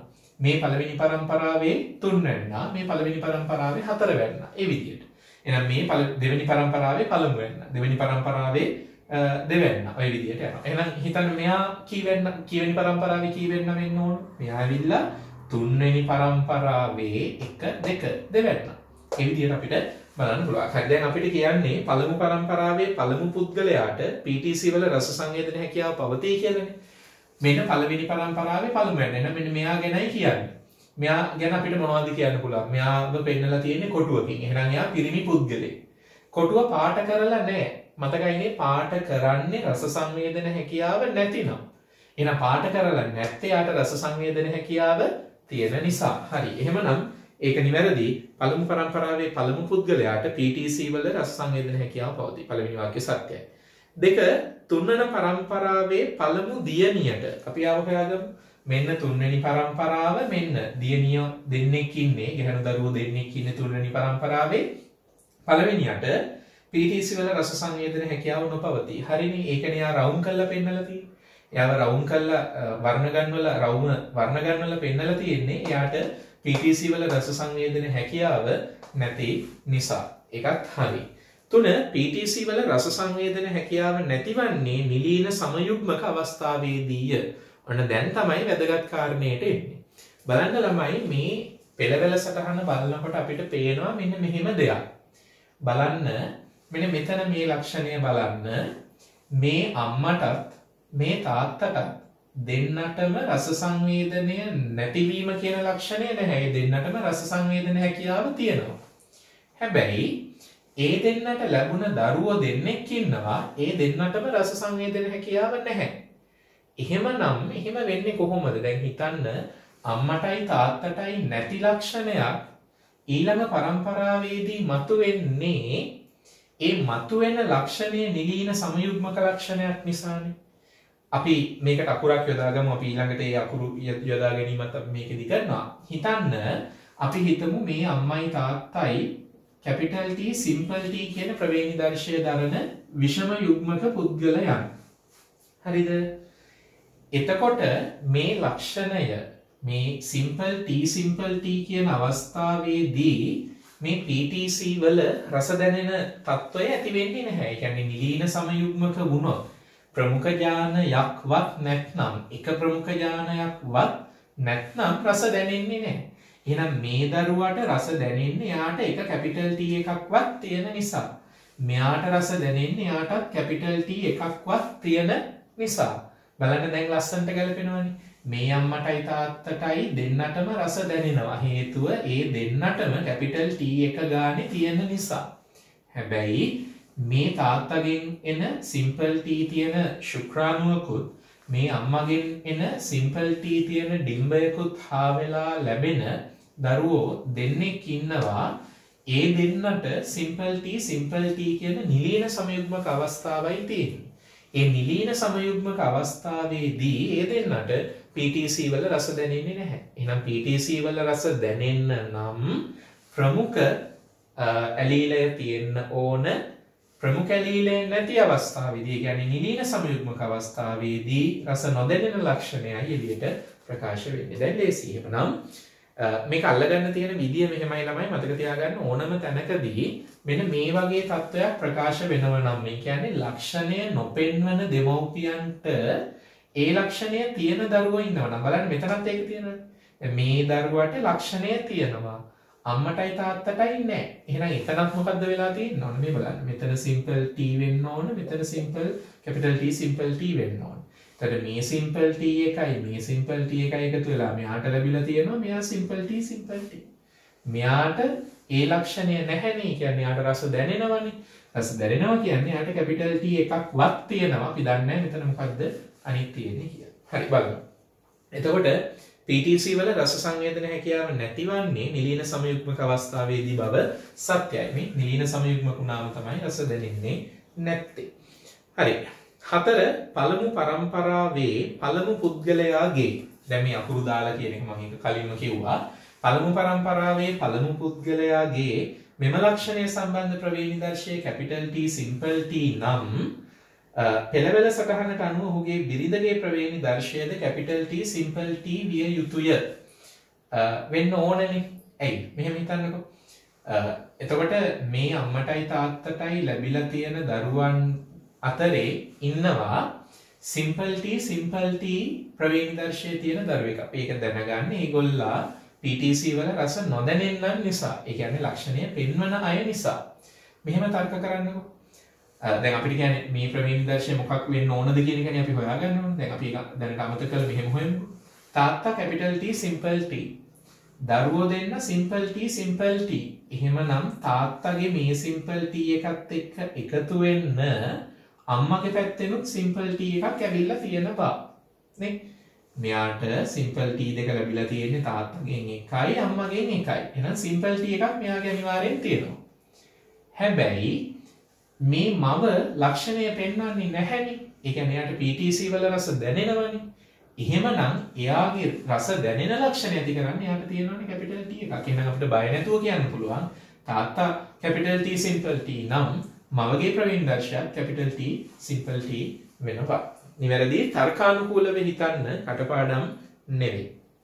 මෙන්න මේ රූපය බලන්න. මේ රූපය ඔය දැන් ඔයාලට පේන රූපය මේ කැම්බල් එකේ ඔය සම්බන්ධව තියෙන පෙළවැල සටහන. මේක කැම්බල් එකේ උදාහරණ වලට තියෙන පෙළවැල සටහන. ඒ උදාහරණයේ ආශ්‍රයෙන් තමයි මම ප්‍රශ්නය ගොඩ නැගුවේ. මේ රූපෙන් පෙන්වන්නේ කතාව අර පහළ ඉන්න දෙන්නගේ එක්කෙනෙක් මුණ ඇඹුල් කරගෙන ඉන්නේ අර රස දැනෙන නිසා. රස දැනෙන කෙනාගේ අර තිත්ත රස දැනෙනකොට තියෙන ඒ ලක්ෂණයත් අනිත් කෙනාට ලක්ෂණය නැති කෙනාගේ තත්ත්වයක් තමයි ඔය රූපයෙන් පෙන්වන්න උත්සාහ කරලා තියෙනවා. ඒ කැම්බල් එකේ තියෙන රූපය තමයි ඔයාලා දැක්කේ. හරි, බලමු ඊළඟට අවසාන ප්‍රකාශය අංක 5. තුන්වන පරම්පරාවේ දෙවන දියණියගේ. තුන්වන පරම්පරාවේ දෙවන. හරි, මෙන්න පරම්පරාව 3, මෙන්න දෙවන දියණිය. දෙවන දියණියගේ ප්‍රවේණිදර්ශය අනිවාර්යයෙන්ම කැපිටල් T විය යුතුය. බෑනේ දරුවෝ එහෙම කියන්නේ. ඇයි බැරි? මේ බලන්න. කැපිටල් T ම වෙන්න ඕන කියලා කියන්න බැහැනේ. දැන් මෙහෙම වුණා. මෙයා නම් හරි. මෙයා අනිවාර්යෙන් සිම්පල් T. නමුත් මෙයාට අම්මගෙනුයි තාත්තගෙනුයි දෙන්නගෙන්ම කැපිටල් T එන්නත් පුළුවන්. එහෙම ආවත් එයාට රස දැනෙනවා. හැබැයි තාත්තගෙන් හෝ අම්මගෙන් දෙන්නගෙන් එක්කෙනෙක්ගෙන් කැපිටල් T ඇවිල්ලා අනිත් කෙනාගෙන් සිම්පල් T ආවත්, ඒ කියන්නේ කැපිටල් T සිම්පල් T කියන තත්ත්වය දැරුවත් ඒත් එයාගේ තියෙන්නේ රස දැනෙන තත්ත්වය. ඒක නිසා ප්‍රමුඛ වීම විතරයි අවශ්‍ය වෙන්නේ. ප්‍රමුඛ සමයුග්මක වෙන්න ඕන නැහැ විෂම යුග්මක වුණත් එයා රස දැනෙන්නේ වෙනවා. ආයි පාරක් මේ සටහන බලන්න ඒ කැම්බල් එකේ තියෙන සටහනේ capital T ඒ වගේම capital T simple T කියන අවස්ථා දෙකම දීලා තියෙන්නේ ඒ දෙකෙන් ඕන එකක් වෙන්න පුළුවන් නිසා. එහෙනම් අපිට අනිවාර්යයෙන්ම capital T ම වෙන්න ඕන කියලා කියන්න බෑ. capital T simple T වෙන්නත් පුළුවන්. එහෙනම් පස්වෙනි ප්‍රකාශය අසත්‍යයි. තුන්වෙනි පරම්පරාවේ දෙවන දියණියගේ ප්‍රවේණදර්ශය අනිවාර්යයෙන්ම capital T වෙන්න ඕනේ නැහැ. capital T simple T විෂම යුග්මක අවස්ථාව වෙන්නත් පුළුවන්. හයේ උත්තරය අංක 5. හරි බලමු MCQ අංක 7 මොලකියුලර් බයොලොජි පාඩමෙන් අහන විකෘති සම්බන්ධ වර්ණදේහ විකෘති නැත්නම් ක්‍රොමෝසෝම් මියුටේෂන්ස් සම්බන්ධ ප්‍රශ්නයක් බලමු. වර්ණදේහ විකෘති සම්බන්ධව අසත්‍ය ප්‍රකාශය තෝරන්න. 1. විෂම ගුණකතාවයේ ඇතිවීම සඳහා ඌනනේදී සිදුවන නිර්විසම්බන්ධය හේතු වේ. අපි බලමු නිර්විසම්බන්ධය කියන්නේ මොකක්ද? හිතන්න මෙන්න මෙහෙම සෛලයක් තියෙනවා උණන විභාජනයට ලක්වීමට නියමිත. අපි දන්නවා උණනයට ලක් වෙනකොට උන්නේ පළවෙනි විභාජනයේදී සෛලය ඇතුලේ තියෙන සමජාත වර්ණදේහ යුගල් වෙනවා. මෙහෙම සමජාත වර්ණදේහ යුගල් එකට එකතු වෙලා යෝග කලා තලය මත සැකසෙනවා. දැන් මේ වගේ සමජාත වර්ණදේහ යුගලක් යෝග කලා තලයේ සැකසෙලා. අපි එහෙම හිතමුකෝ දැනට. මම රූපේ අඳින්න පහසු වෙන්න මේ අතට අඳින්නම් යෝග කලා තලය තියෙන්නේ මොන අතටද කියන එක සලකන්නේ නැතිව. හරිද? එතකොට මේ පැත්තේ ද්‍රවයට මේ විදියට මේ යෝග කලා තලයේ ඉන්න වර්ණදේහ යුගලෙන් තර්ක තන්තු හැදිලා තියෙනවා. දැන් අපි දන්නවා හරියටම නම් වෙන්න ඕන දැන් මේ දෙන්න අතරේ තියෙනවානේ සම්බන්ධය. ඔන්න බලන්න වචනේ ගොඩ නැගෙන විදිය මේ දෙන්න අතරේ තියෙනවා සම්බන්ධය. මොකද තියෙන්නේ සමජාත වර්ණදේහ දෙක අතර ඒ දෙන්න එකට බැඳිලා සම්බන්ධයක් තියෙනවා. හරියටම නම් වෙන්න ඕන මේ දෙන්න ද්‍රව දෙකෙන් අදිනකොට මේ දෙන්න අතරින් මේක කැඩිලා සම්බන්ධයෙන් මේ දෙන්න වෙන් වෙන්න ඕන. හරියටම නම් වෙන්න ඕන මේ දෙන්න සම්බන්ධය කැඩිලා වෙන් වෙන එක. ඒ කියන්නේ විසම්බන්ධ වෙන්න ඕන. සම්බන්ධය කැඩෙන්න ඕන. ඒ කියන්නේ විසම්බන්ධ වෙන්න ඕන. දැන් ප්‍රශ්නේ තියෙන්නේ සම්බන්ධය කැඩෙන්නේ නැතිව තර්කුව කැඩුනොත්. දැන් හිතන්නකෝ මෙයා මෙහාට අදිනවා මෙයා මෙහාට අදිනවා. ඔය විදිහට දෙන්න දෙපැත්තට අදිනවනේ. එහෙම අදිනකොට මේ දෙන්න අතරින් මේක කැඩෙන්නට කලින් දෙන්න අතරේ තියෙන සම්බන්ධය කැඩෙන්නට කලින් ද්‍රවය මෙයාට සම්බන්ධ කරන තර්කුව කැඩුනොත් මොකක්ද වෙන්නේ? මෙහෙම තර්කුව කැඩුනොත් දැන් තර්කුව කැඩුනොත් එහෙම නැත්නම් මෙතනින් මේ මෙයාත් එක්ක තියෙන වර්ණදේහයත් එක්ක තියෙන සම්බන්ධය කැඩුනොත් එහෙම වෙන්නේ මේ වර්ණදේහ දෙකම එකම ද්‍රවයට ඇදිලා යනවා. ඒ කියන්නේ එක ද්‍රවයකට මොනවත් යන්නේ නැහැ. එක ද්‍රවයකට වර්ණදේහ දෙකම යනවා. සමසමව වර්ණදේහය බැගින් එක ද්‍රවයකට එක බැගින් යනවා වෙනුවට එක ද්‍රවයකට කිසිදු වර්ණදේහයක් යන්නේ නැතිව වර්ණදේහ යුගලයම එක ද්‍රවයකට එනකොට ඒ කියන්නේ විසම්බන්ධ වෙන්නේ නැති වෙනකොට සම්බන්ධය කැඩෙන්නේ නැති වෙනකොට ඒකට අපි කියනවා නිර්විසම්බන්ධය. එහෙනම් සරලව මෙහෙම හිතන්නකෝ. වර්ණදේහ දෙක අතරේ සමජාත වර්ණදේහ දෙක අතරේ සම්බන්ධයක් තිබුණා. හරියටම නම් සම්බන්ධය කැඩෙන්න ඕනේ. ඒ කියන්නේ විසම්බන්ධ වෙන්න ඕන. නමුත් මෙහෙම වුණොත් සම්බන්ධය කැඩෙන්නේ නැහැ. ඒක නිසා අපි කියනවා නිර්විසම්බන්ධය. ඉංග්‍රීසි මීඩියම් කරන දරුවන්ට non disjunction කියලා හඳුන්වන්නේ මේ තත්වය. හරි දැන් අපි බලමු මේ නිර්විසම්බන්ධය විෂම ගුණකයන් ඇති වෙන්න හේතු වෙන්නේ කොහොමද කියන එක මේ දීලා තියෙන උදාහරණයක් එක්කම අපි සාකච්ඡා කරලා බලමු. දැන් අපි දන්නවා අපේ දිගුණ දේහයේ තියෙන අපේ දිගුණ සෛලයක් ගත්තම ඒක දිගුණ දහික සෛලයක් වෙන්න පුළුවන් නැත්නම් ශුක්‍රාණු මාතෘ සෛලයක් අණ්ඩ මාතෘ සෛලයක් වෙන්න පුළුවන්. එහෙම සෛලයක් ගත්තම මේ සෛලයේ තියෙනවා වර්ණදේහ 46ක් නැත්නම් යුගල් 23ක්. ඔය යුගල 23න් යුගල් 22ක්ම අලිංග වර්ණදේහ වෙනකොට එක යුගලයක් තියෙනවා ලිංග වර්ණදේහ. XX කියන සංකලනය තිබුණොත් ගැහැණු කෙනෙක්, XY කියන සංකලනය තිබුණොත් පිරිමි කෙනෙක්. දැන් අපි හිතමු මවකගේ ඩිම්බකෝෂය තුල දිම්ම නිෂ්පාදනය නැත්නම් අණ්ඩ සෛල නිෂ්පාදනයේදී අණ්ඩ මාතෘ සෛලයක තියෙන X වර්ණ දේහ දෙක. ඒ මවගේ සෛලවල තියෙන X වර්ණ දේහ දෙක. එතකොට මෙයත් X වර්ණ දේහයක්, මෙයත් X වර්ණ දේහයක්. මම අනෙක් අලිංග වර්ණ දේහ ටික අඳින්නේ නැහැ. මෙතෙන්දී අපිට ඒක අවශ්‍ය වෙන්නේ නැති නිසා. දැන් හිතන්න අපි අර කලින් කිව්ව විදියට ඌනනේදී හරියටම නම් වෙන්න ඕන මේ x වර්ණ දේහ දෙක. එතකොට එයාලා දෙන සමජාත වර්ණ දේහනේ. මේ සමජාත වර්ණ දේහ දෙක වෙන් වෙලා දෙපැත්තෙන් හැදෙන ඌනනේදී හැදෙන ඌනනේ පළවෙනි විභාජනයේ අවසානයේ හැදෙන සෛල දෙකට මේ x වර්ණ දේහ දෙක ගමන් කරන්න අවශ්‍යයි. හැබැයි මැදින් වෙන් වෙන්නේ නැතිව මේ වගේ තර්කුව කැඩියාමක් නිසා තර්කු තන්තු කැඩියාමක් නිසා එක පැත්තකට මේ දෙන්නම ගියොත් මේ පැත්තට මුකුත් ගියේ නැති වුණොත් මෙන්න මේ වගේ තත්ත්වයක් ඇති වෙනවා. බලන්න දැන් මේ පැත්තේ තියෙන හැදෙන ඩිම්බයට මේ හැදෙන අණ්ඩයට මේ අණ්ඩ සෛලයට x වර්ණ දේහ එකක්වත් නැහැ. මේ පැත්තේ හැදෙන අණ්ඩ සෛලයට x වර්ණ දේහ එකක්වත් ආවේ නැහැ. මේ පැත්තට එන්නේ නැහැනේ. මේ දෙන්නම මෙහෙන යන්නේ. මේ දෙන්නන් එක්කෙනෙක්වත් මෙහෙට එන්නේ නැහැ. හැබැයි මේ පැත්තේ හැදෙන සෛලයට ඒ වගේ ඇත්තටම සෛල දෙකක් හැදෙනවා. මොකද මේ ඌනනේ පළවෙනි විභාජනයේ අවසානයේනේ. තව මේ වගේ දෙවෙනි විභාජනයකුත් වෙනවනේ. ඊට පස්සේ මේ පැත්තට යන එක්කෙනාගෙන් හැදෙනවා x එයාට ලැබෙනවා x වර්ණ දේහ දෙකක්. මේ තියෙන්නේ අන්න ඒ x වර්ණ දේහ දෙක. එතකොට එයාට ලැබිලා තියෙනවා x වර්ණ දේහ දෙකක්. දැන් මෙතන අණ්ඩයට එකම x වර්ණ දේහයක්වත් නැහැ. මේ පැත්තේ කෙනාට x වර්ණ දේහ දෙකක් ලැබිලා තියෙනවා. දැන් අපි හිතමු මෙහෙම. මේ අණ්ඩය මම කෙලිම උදාහරණයක් එක්කම සාකච්ඡා කරන්නම්. මම මෙතන not කියලා දාන්න. ඒ කියන්නේ x වර්ණ දේහ නැහැයි කියන එකනේ. x වර්ණ දේහයක් නැහැ. මෙයාට x වර්ණ දේහ දෙකක් ලැබිලා. දැන් මේ x වර්ණ දේහ නොදරන අණ්ඩය x වර්ණ දේහයක් තියෙන ශුක්‍රාණුවකින් සංසේචනය වෙනවා. දැන් එතකොට මේ අවස්ථාවේදී ඇතිවෙන දරුවාට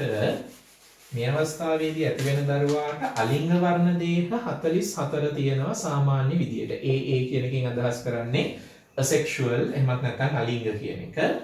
හැබැයි ඒකත් එක්ක යාට තියෙන්නේ XX නෙමෙයි, XY නෙමෙයි, X not. not කියන එකෙන් අදහස් කරන්නේ මුකුත් නැහැ එතන. එක X වර්ණ දේහයක් විතරයි. මෙන්න මේ අවස්ථාවට අපි කියනවා Turner සහලක්ෂණය. Turner සහලක්ෂණය. මේ පැත්තේ හැදුන මම මේ අපේ උදාහරණයට අදාළ වෙන අවස්ථා දෙක තමයි මම මේ පැහැදිලි කරන්නේ. මේ පැත්තේ තියෙන හැදුන අණ්ඩය, ඒ කියන්නේ x වර්ණ දේහ එකක් වෙනුවට x වර්ණ දේහ දෙකක්ම තියෙන අණ්ඩය සංසේචනය වෙන්න පුළුවන්. x වර්ගයේ ශුක්‍රාණුකින් සංසේචනය වෙන්නත් පුළුවන්, y වර්ගයේ ශුක්‍රාණුකින් සංසේචනය වෙන්නත් පුළුවන්. x වර්ගයේ ශුක්‍රාණුකින් සංසේචනය වුණොත් ඇති වෙන දරුවාට x වර්ණ දේහ තුනක් තියෙනවා. ඒක පිටතින් බලලා නිරීක්ෂණය කරලා හඳුනා ගන්න බෑ.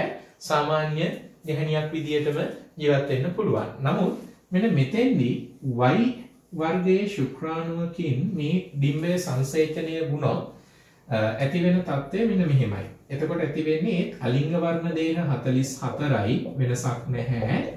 ලිංග වර්ණ දේහ x2යි y1යි. x y කියන තත්ත්වය එතකොට ඇති වෙනවා. මෙන්න මේ අවස්ථාවට තමයි අපි කියන්නේ මම මෙහෙම ලියන්නම්. මේ අවස්ථාවට තමයි අපි කියන්නේ Klinefelter සහලක්ෂණය කියලා. බලන්න මේ රූප සටහනේ පෙන්වනවා මේ Turner සහලක්ෂණයේ සහ Klinefelter සහලක්ෂණයේ තියෙන රෝග ලක්ෂණ නැත්නම් දේහ ලක්ෂණ මොනවාද කියන එක. හරි. එහෙමනම් දැන් මෙන්න සාරාංශය ඔය කියපු ටික මම රිසෝස් බුක් එකේ ලොකු විස්තරයක් තියෙන දෙයක් කෙටි කරලා මේ කිව්වේ MCQ එකකට ගැලපෙන විදියට. මම ආයෙසරයක් කෙටියෙන් කියන්නම් මෙතෙන්දි වෙච්ච දේ. අපි ඊට පස්සේ MCQ එකේ මුල් වාක්‍ය තුනම එක සැරේට සාකච්ඡා කරගෙන යමු. බලන්න.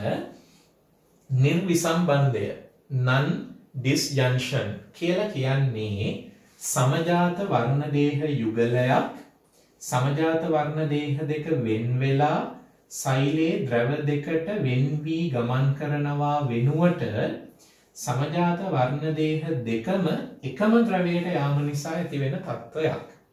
හරියටම නම් වෙන්න ඕන මේ දෙන්න මැදින් වෙන් වෙලා මේ පැත්තට එක x වර්ණ දේහයකුත් මේ පැත්තට එක x වර්ණ දේහයකුත් ගමන් කිරීම. හැබැයි දැන් වෙලා තියෙන්නේ මැදින් වෙන් වෙනවා වෙනුවට තර්කුව කැඩිලා මේ පැත්තට x වර්ණ දේහ දෙකක් ආවා, මේ පැත්තට x වර්ණ දේහයක්වත් ආවේ නැහැ. ඒ වගේම හොඳට මතක තියාගන්න ලිංග වර්ණ දේහ සම්බන්ධයෙන් විතරක් නෙමෙයි අලිංග වර්ණ දේහ සම්බන්ධයෙන්ුත් මේ කියන නිර්විසම්බන්ධය වෙන්න පුළුවන්. ඩවුන්ස් සින්ඩ්‍රෝමය ඇති වෙන්නේ අලිංග වර්ණ දේහවල සිද්ධ වෙන මේ වගේ නිර්විසම්බන්ධයක් නිසා. අපි තව අනාගතයේ MCQ එකකදී ඒකත් සාකච්ඡා කරමු. එතකොට දැන් මෙතන ඇති වුණා ඩිම්බයක්. මේ ඌණනේ පළවෙනි විභාජනය, මේ වගේම ඌණනේ දෙවෙනි විභාජනයත් ඇති වෙලා මේ වගේ සෛල දෙකක් එනවා. මේ වගේ සෛල දෙකක් එනවා. ඔක්කොම සෛල හතරක් ලැබෙනවා. මේ X වර්ණ දේහ දෙකක් දරන ඩිම්බය Y වර්ණ දේහයක් දරන ශුක්‍රාණුවක් එක්ක සංසේචනය වුණොත් ලැබෙන්නේ XXY කියන සංකලනය දරන දරුවෙක්. ලිංග වර්ණ දේහ සංකලනය XXY වෙන දරුවෙක්. ඒ තත්ත්වයට තමයි අපි කියන්නේ ක්ලයිනෆෙල්ටර් සහලක්ෂණය කියලා. ඒ වගේම මේ පැත්තේ X වර්ණ දේහ නොදරන ඩිම්බය X වර්ණ දේහයක් සහිත ශුක්‍රාණුවකින් සංසේචනය වුණොත් ලැබෙන්නේ X0. එහෙමත් නැත්නම් X බිඳුව කියන තත්ත්වය. ඒ කියන්නේ තනි X වර්ණ දේහයක් විතරයි තියෙන්නේ. එතකොට අපි ඒකට කියනවා ටර්නර් සහලක්ෂණය නැත්නම් අඟුටු ගැහණුතාවය කියලා කියන්නේ. මෙන්න මේ තත්ත්වයට රුසින් අඩු ගැහණු අය ඇති වෙන්න හේතුව වෙන්නේ අසාමාන්‍ය විදියට මේ ලක්ෂණ ඇති වෙන්නේ මේ ටර්නර් සහලක්ෂණයේදී. හරි. දැන් බලමු MCQ එකේ ප්‍රකාශ ටික හරිද කියලා. අංක 1 විෂම ගුණකතාවයේ ඇතිවීම සඳහා ඌණනයේදී සිදුවන නිර්විසම්බන්ධයේ හේතු වේ. මතක තියාගන්න ළමයි විෂම ගුණකතාවය කියලා කියන්නේ හරියටම අපේ දේහයේ තියෙන්න ඕන වර්ණ දේහ සංඛ්‍යාව. අපේ දේහයේ දෛහික සෛලයක තියෙන්න ඕන වර්ණ දේහ සංඛ්‍යාව 46යිනේ. ඒ 46 කියන ඉලක්කම එකකින් දෙකකින් වෙනස් වුණොත් දැන් ක්ලයිනෆෙල්ටර් සහලක්ෂණයේදී මෙතන අලිංග වර්ණ දේහ 44යි ලිංග වර්ණ දේහ 3යි XXY නේ 44යි 3යි ඔක්කොම 47යි.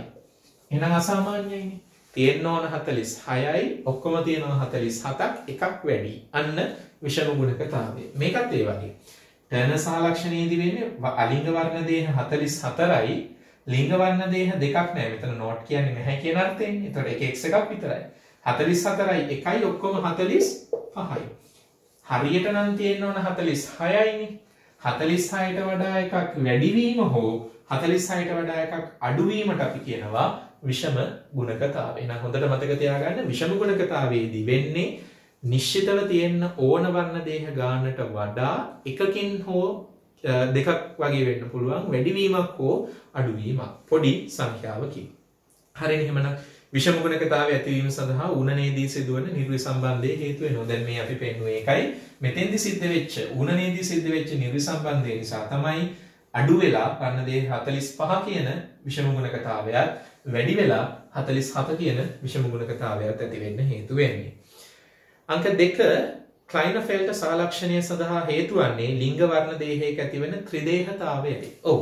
මෙන්න මේකට අපි කියනවා දැන් මේ බලන්න ලිංග වර්ණ දේහ දෙකක් තියෙන්න ඕනේ කියලා. සාමාන්‍යයෙන් නම් XX උනාම ගැහැණු. XY උනාම පිරිමි. ඒකනේ සාමාන්‍ය තත්ත්වය. නමුත් XXY කියන්නේ ත්‍රිදේහතාවයක්. මේ තත්ත්වයට තමයි අපි කියන්නේ ත්‍රිදේහතාවය කියලා. වර්ණ දේහය දෙකක් තියෙන්න ඕන එක තුනක් වුණා මේකට අපි කියනවා ත්‍රිදේහතාවය කියලා. ක්ලයිනෆෙල්ටර් සහලක්ෂණයට හේතු වෙන්නේ මෙන්න මේ ලිංග වර්ණ දේහවල සිද්ධ වෙන ත්‍රිදේහතාවය. ඒක හරි. බලන්න ඊළඟට අංක 3 ටර්නර් සහලක්ෂණය සඳහා හේතු වන්නේ ලිංග වර්ණ දේහයක ඒක ඌණ දේහතාවයයි. නැත්නම් ඒකූණ දේහතාවයයි. වචනය බද්ධ කළා සංදි කළා රිසර්ච් බුක් එකේ දීලා තියෙන්නේ ඒකූණ දේහතාවය. ඒක ඌණ දේහතාවය. මේ වචනේ හැදෙන විදිය බලන්න. ඒක ඌණ දේහතාවය. ඒක මෙතන වචනේ සම්බන්ධ වෙලා තමයි හැදෙන්නේ ඒකූණ දේහතාවය. මොකක්ද ඌණ? එක දේහයක් ඌණයි. මොන දේහයක්ද? X වර්ණ දේහයක් ඌණයි. මෙයා ටර්නර් ගුණේ XX වෙනුවට එක X එකක් විතරක් තියෙන නිසා. එක X එකක් විතරක් තියෙනවා කියන්නේ එක X වර්ණ දේහයක් අඩුයි. එහෙනම් ඒකට අපි කියනවා ඒක ඌණ දේහතාවය නැත්නම් ඒකූණ දේහතාවය. 3 සත්‍යයි. 4 ඉහළ ගුණක මට්ටම් සහිත සතුන් ඉතා දුර්ලභය. මෙහෙමයි. දැන් 46ට වඩා ඒ කියන්නේ තියෙන්න ඕන නිශ්චිත ගණනට වඩා එකක් දෙකක් අඩු වුණාම වැඩි වුණාම අපි ඒකට විෂම ගුණකතාවය කියවනේ. 46 වෙනුවට 47යි නම් විෂම ගුණක. 46 වෙනුවට 45යි නම් විෂම ගුණක. ඒ තත්ත්වයට කියන්නේ විෂම ගුණකතාවය. දැන් මේ කියන්නේ එහෙම නෙමෙයි. ඉහළ ගුණක මට්ටම්. ඉහළ ගුණක මට්ටම් කියලා කියන්නේ මෙන්න මේ වගේ අවස්ථා. මම මෙහෙම ලියලා පෙන්නන්නම් මෙතනින්. එහෙම වෙන්නේ ඉහළ ගුණක මට්ටම් කියලා කියන්නේ සාමාන්‍යයෙන් තියෙන්න ඕන 2n අවස්ථාවනේ. ඒ වෙනුවට මෙන්න මේවා තියෙනවා නම් 3n 4n 5n 6n ආදී වශයෙන් මෙන්න මෙහෙම මට්ටම් තියෙනවා නම් මේකට අපිට වචන දෙකක් කියන්න පුළුවන්. එක්ක අපි මේකට කියනවා මේ වගේ 2n වලට වඩා ඉහළ ගුණක මට්ටම් තියෙනවා නම් ඒකට අපි කියනවා එක්ක කියන්න පුළුවන් බහු ගුණකතාවය. එහෙමත් නැත්නම් අපිට කියන්න පුළුවන් මේකේ කිව්ව විදිහට දැන් අලුත් විදිහට අපි ඒකට කියනවා ඉහළ ගුණක මට්ටම්. ඉහළ ගුණක මට්ටම් විදිහටත් ඒක අපිට හඳුන්වන්න පුළුවන්. එතකොට මේක අපිට සතුන්ගේ දකින්න ලැබෙන්නේ නැහැ. සතුන්ගේ වර්ණ දේහ එකක් දැන් ඔයගලන්ට කලින් තේරෙන්නේ නැති එක X වර්ණ දේහයක් අඩු වුණාම වැඩි වුණාම ක්ලයිනෆෙල්ට් සහලක්ෂණය නැත්නම් ටර්නර් සහලක්ෂණය ඇති වෙනවා. එක අලිංග වර්ණ දේහයක් 46 වෙනුවට 47 වුණොත් එක අලිංග වර්ණ දේහයක් වැඩි වෙලා ඩවුන් සින්ඩ්‍රෝමය හැදෙනවා. ඉතින් එහෙමනම් එක වර්ණ දේහයක් වෙනස් වුණාම එච්චර බරපතල වෙනසක් වෙනවා නම් සතුන් තුළ කවදාවත් මේ වගේ බහුගුණකතාවය අපිට දකින්න ලැබෙන්නේ නැහැ. බහුගුණක මට්ටම් අපිට දකින්න ලැබෙන්නේ නැහැ. නමුත් ශාකවල ඒක තියෙන්න පුළුවන්.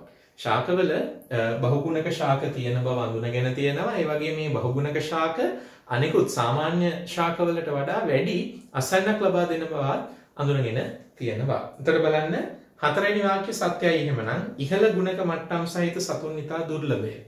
ඉහළ ගුණක මට්ටම් තියෙන සතුන් ඉතාම දුර්ලභයි. අතිශය හදිස්සියෙන් නොදියුණු සතුන් ආකාරවල තියෙන්න පුළුවන්. ඒක දියුණු සතුන්ගේ තියෙන්න බෑ. ඉහළ ගුණක මට්ටම් තියෙන සතුන් ඉතාම දුර්ලභයි. මේක කෙලින්ම රිසෝස් බුක් එකේ තියෙන වාක්‍යය.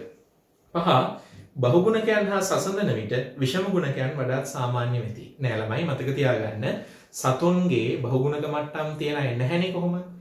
ශාකවල බහුගුණකයන් ගත්තම ඒ කියන්නේ මේ වගේ 3n 4n 5n විදියට තියෙන ශාක ගත්තම ඒගොල්ල සාමාන්‍ය ශාකවලට වඩා ලොකු වෙනසක් නැහැ. බාහිරින් ලොකු වෙනසක් නැහැ. වැඩි අස්වැන්නක් ලබා දීම වගේ ලක්ෂණ තියෙන බව අඳුරගෙන තියෙනවා. නමුත් ලොකු බාහිර වෙනසක් නැහැ. නමුත් ගුණක මට්ටම වෙනස් වුණාම ලොකු වෙනසක් නැති වුණාට අර විෂම ගුණකයන්ගේ තිබුණ එක වර්ණ දේහයක වෙනසනේ. එක වර්ණ දේහයක වෙනස තියෙන අයගේ පෙන්වන වෙනස ඊට වඩා ගොඩාක් වැඩි. හොඳට බලන්න මේ වාක්‍ය කෙලිම රිසෝස් බුක් එකේ තියෙනවා. හැබැයි අනිත් පැත්තට බහුගුණකයන් ඉන්නවා නම් ඒගොල්ලන්ගේ ලක්ෂණ ලොකුවට වෙනස් වෙන්නේ නැහැ සාමාන්‍ය අවස්ථාවට සාපේක්ෂව. හැබැයි විෂම ගුණකයන් ඉන්නවා නම් එකම එක වර්ණ දේහයක සිද්ධ වෙන වෙනස පවා ඉතා බැරෑරුම් විදියට එළියට පේන තරමේ ලොකු වෙනසක් වෙනවා. ඒක නිසා පස්වෙනි වාක්‍ය පටලවලා දීලා තියෙන්නේ, පැත්ත මාරු කරලා දීලා තියෙන්නේ බහුගුණකයන් එක්ක සසඳනකොට විෂම ගුණකයන් වඩාත් සාමාන්‍ය නෙමෙයි. විෂම ගුණකයන් එක්ක සසඳනකොට බහුගුණකයන් වඩා සාමාන්‍යයි. බලන්න රිසෝස් බුක් එක මොලිකියුලර් බයොලොජි පාඩමේ රිසෝස් එක බැලුවා නම් වාක්‍ය තියෙන තැන හොයාගන්න පුළුවන්. පස්වෙනි වාක්‍ය අසත්‍යයි. 7 වෙනි MCQ එකේ උත්තරය වෙන්නේ අංක 5. හරි බලන්න MCQ අංක 8 පාරිසරික ජීව විද්‍යාව පාඩමෙන් අහන ප්‍රශ්නය. නිරක්ෂයේ සිට උත්තරද්‍රව්‍ය දෙසට ගමන් කිරීමේදී හමුවන බියෝම නිවැරදි අනුපිළිවෙලින් දැක්වෙන ප්‍රතිචාරය තෝරන්න. ප්‍රශ්න ටිකක් පුරුදු වගේ ඇති. හේතුව මේ ප්‍රශ්නය වගේම ප්‍රශ්නයක් ආවා 2019 අවුරුද්දේ 48 වෙනි MCQ එක. මේ ප්‍රශ්නය කරාට පස්සේ 2019 48ත් කරලා බලන්න නව විෂය නිර්දේශයෙන් අහපු ප්‍රශ්නයක් මේ වගේ එකක් ඇහුවා. එකක් කරන්න පුළුවන්ද කියලා බලන්න. හරි. එතකොට ලෝකයේ තියෙනවා බියෝම ප්‍රධාන බියෝම වර්ග 8ක්. ලෝක සිතියම තුළ මේ බියෝම ව්‍යාප්ත වෙලා තියෙන විදිය සම්බන්ධයෙන් තමයි මේ ප්‍රශ්නේ අපෙන් ඇහුවේ. විභාගෙදී මේ ලෝක සිතියම ඇඳලා බියෝම ලකුණු කරන්න කියලා දෙන්නේ නැහැ. මමත් පුළුවන් විදියට ලෝක සිතියම ඇඳලා ඉච්චර ලස්සන නම් නැතුව ඇති උනාට ලෝක සිතිය මේ අර මේ බියෝම ටික තියෙන පිළිවෙල මොන වගේද කියන එක දැනගන්න එක තමයි අපිට අවශ්‍ය වෙන්නේ. දැන් එදා ප්‍රශ්නේ ඇහුවේ 2019 දී ප්‍රශ්නේ ඇහුවේ මේ විදියට උතුරු දෙස ඉඳලා නිරක්ෂය දෙසට එනකොට දැන් අපි අහන්නේ නිරක්ෂයේ ඉඳලා උතුරු දෙසට යනකොට ඒ විදියට ඕන විදියට ප්‍රශ්න අහන්න පුළුවන්. බියෝම හමු වෙන අනුපිළිවෙල. එතකොට ඒ වගේ බියෝම තියෙනවා ඔක්කොම 8ක්. මේ බියෝම 8 පිළිවෙලින් අපිට මතක තියෙන්න අවශ්‍යයි. නිරක්ෂයේ සිට ඉවතට හෝ ඉවත ඒ කියන්නේ උතුරු දෙස සිට නිරක්ෂයේ දෙසට. මම හිතන්නේ මේක පැහැදිලි කරගන්න ලේසිම ඔය විදිහට ඔය බියෝම ටික පිළිවෙලට අහු වෙනවා. මෙන්න මේ අප්‍රිකාව හරියේ ඉඳලා යුරෝපය හරහා ආර්ටික් කෘතයේ පැත්තට ගමන් කරන රේඛාවක් අපි ඇන්දොත් එහෙම බොහෝ දුරට ඔය 8 දෙනාම අපිට අඳුර ගන්න පුළුවන්. හරිද? එතකොට මුලදීම අපිට හමු වෙනවා මේක අනිත් මහද්වීපවලක් තියෙනවා. නමුත් අර මේ 8 දෙනාම පැහැදිලිව බලා ගන්න පුළුවන් රේඛාවක් මෙතන ඉඳලා අපිට ගන්න පුළුවන්. එතන මුලදී අපිට හමු වෙනවා. දැන් මේ හරිය ගත්තොත් මධ්‍යම අප්‍රිකාවේ මේ හරියේ තියෙන කොංගෝ වනාන්තරය. නිවර්තන වර්ෂා වනාන්තර බියෝමය. මම කතා කරන ගමන් රූප ටික පෙන්වන්නම් බලන්න. මේ නිවර්තන වර්ෂා වනාන්තරයක්. නිවර්තන වර්ෂා වනාන්තර කියලා කියන්නේ අපේ සිංහරාජය, ඊට පස්සේ දකුණු ඇමරිකාවේ ඇමේසන් වනාන්තරය, මධ්‍යම අප්‍රිකාවේ කොංගෝ වනාන්තරය වගේ බියෝම. ඊළඟට එතනින් තව ටිකක් ඉහළට යනකොට මෙන්න මේ හරියේ තියෙනවා සවානා භූමි. සවානා මෙන්න මේ වගේ. බලන්න සවානා භූමි කිව්වම අපේ හිතේම වෙන දර්ශනය මෙන්න මේ වගේ සවානා භූමි තියෙනවා. සවානා වලින් පස්සේ තියෙන එතනින් ටිකක් උඩට එනකොට අපි හොඳින් දන්න කියන ලෝකේ විශාලම කාන්තාරය සහරා කාන්තාරය බලා ගන්න පුළුවන්. ඒතර කාන්තාර කියන බියෝමය තියෙන බව. හරි එතන මේ වගේ තත්ත්වයක් තමයි දකින්න ලැබෙන්නේ. හරි එහෙමනම් මුල් බියෝම තුන පිළිවෙලින් දැන් මතක තියාගන්නකො. නිරක්ෂයේ මතම නැත්නම් නිරක්ෂයේ උඩම තියෙන්නේ නිවර්තන වනාන්තර. ඊළඟට කාන්තාර වලින් නිවර්තන වනාන්තර වෙන් කරමින් පටියක් විදියට තියෙනවා. දැන් මෙතන එතකොට නිවර්තන වනාන්තර, මෙතන කාන්තාර, යතර තියෙන්නේ සවානා. එහෙනම් පිළිවෙල වෙන්නේ නිවර්තන වනාන්තර, සවානා, ඊළඟට මේ හරියේ තියෙනවා කාන්තාර. තව චුට්ටක් එහාට යනකොට අපිට හමු වෙනවා චැපරාල්. චැපරාල් ගත්තොත් මේ යුරෝපයේ ගත්තොත් මේ යුරෝපයේ මැද හරියේ මෙන්න මෙහි මුහුදු ප්‍රදේශවලට ආසන්නව වෙරළබඩ ප්‍රදේශවල පැතිරලා තියෙන මෙන්න මේ වගේ බියෝමයකට අපි කියනවා චැපරාල් බියෝමය. ඊට පස්සේ චැපරාල් වලින් පස්සේ අපි පොඩ දැන් නිරක්ෂයෙන් ඈත් වෙනකොට අපි එන්නේ සෞම්‍ය කලාපයට. සෞම්‍ය කලාපයට එනකොට සෞම්‍ය කලාපයේදී අපිට හමු වෙනවා ප්‍රධාන වශයෙන් ඔය සෞම්‍ය කලාපික කියන නම මුලට එන ප්‍රධාන බියෝම වර්ග දෙකක් හමු වෙනවා. ඉස්සෙල්ලා අපිට හමු වෙනවා සෞම්‍ය කලාපික තෘණ භූමි. සෞම්‍ය කලාපික තෘණ භූමි බලන්න මෙන්න මේ වගේ සෞම්‍ය කලාපික තෘණ භූමි. ඊට පස්සේ සෞම්‍ය කලාපික තෘණ භූමි වලින් පස්සේ අපිට හමු වෙන්නේ සෞම්‍ය කලාපික පළල් පත්‍ර වනාන්තර. සෞම්‍ය කලාපයේ තියෙන පළල් පත්‍ර වනාන්තර හරි ලස්සනයි. අර ඍතු භේදය නිසා බලන්න ශාකවල පාටවල, ඒ කියන්නේ ශාක පත්‍රවල වර්ණ වෙනස තියෙන්නේ ඍතු භේදයත් එක්ක. ඊළඟට එතනින් තව ටිකක් ඉහළට යනකොට අපිට හමු වෙනවා තුන්ද්‍රාවට පහළින් ඊළඟට අපිට හමු වෙන්නේ කේතුදර වනාන්තර. ෆයිනස් ශාක බහුලව තියෙන අපි ව්‍යවහාරේ නත්තල් ගස් කියලා කියන්නේ. ඒ වගේ ෆයිනස් ශාක කේතුදර ශාක බහුලව තියෙන උතුරු කේතුදර වනාන්තර අපිට හමු වෙනවා.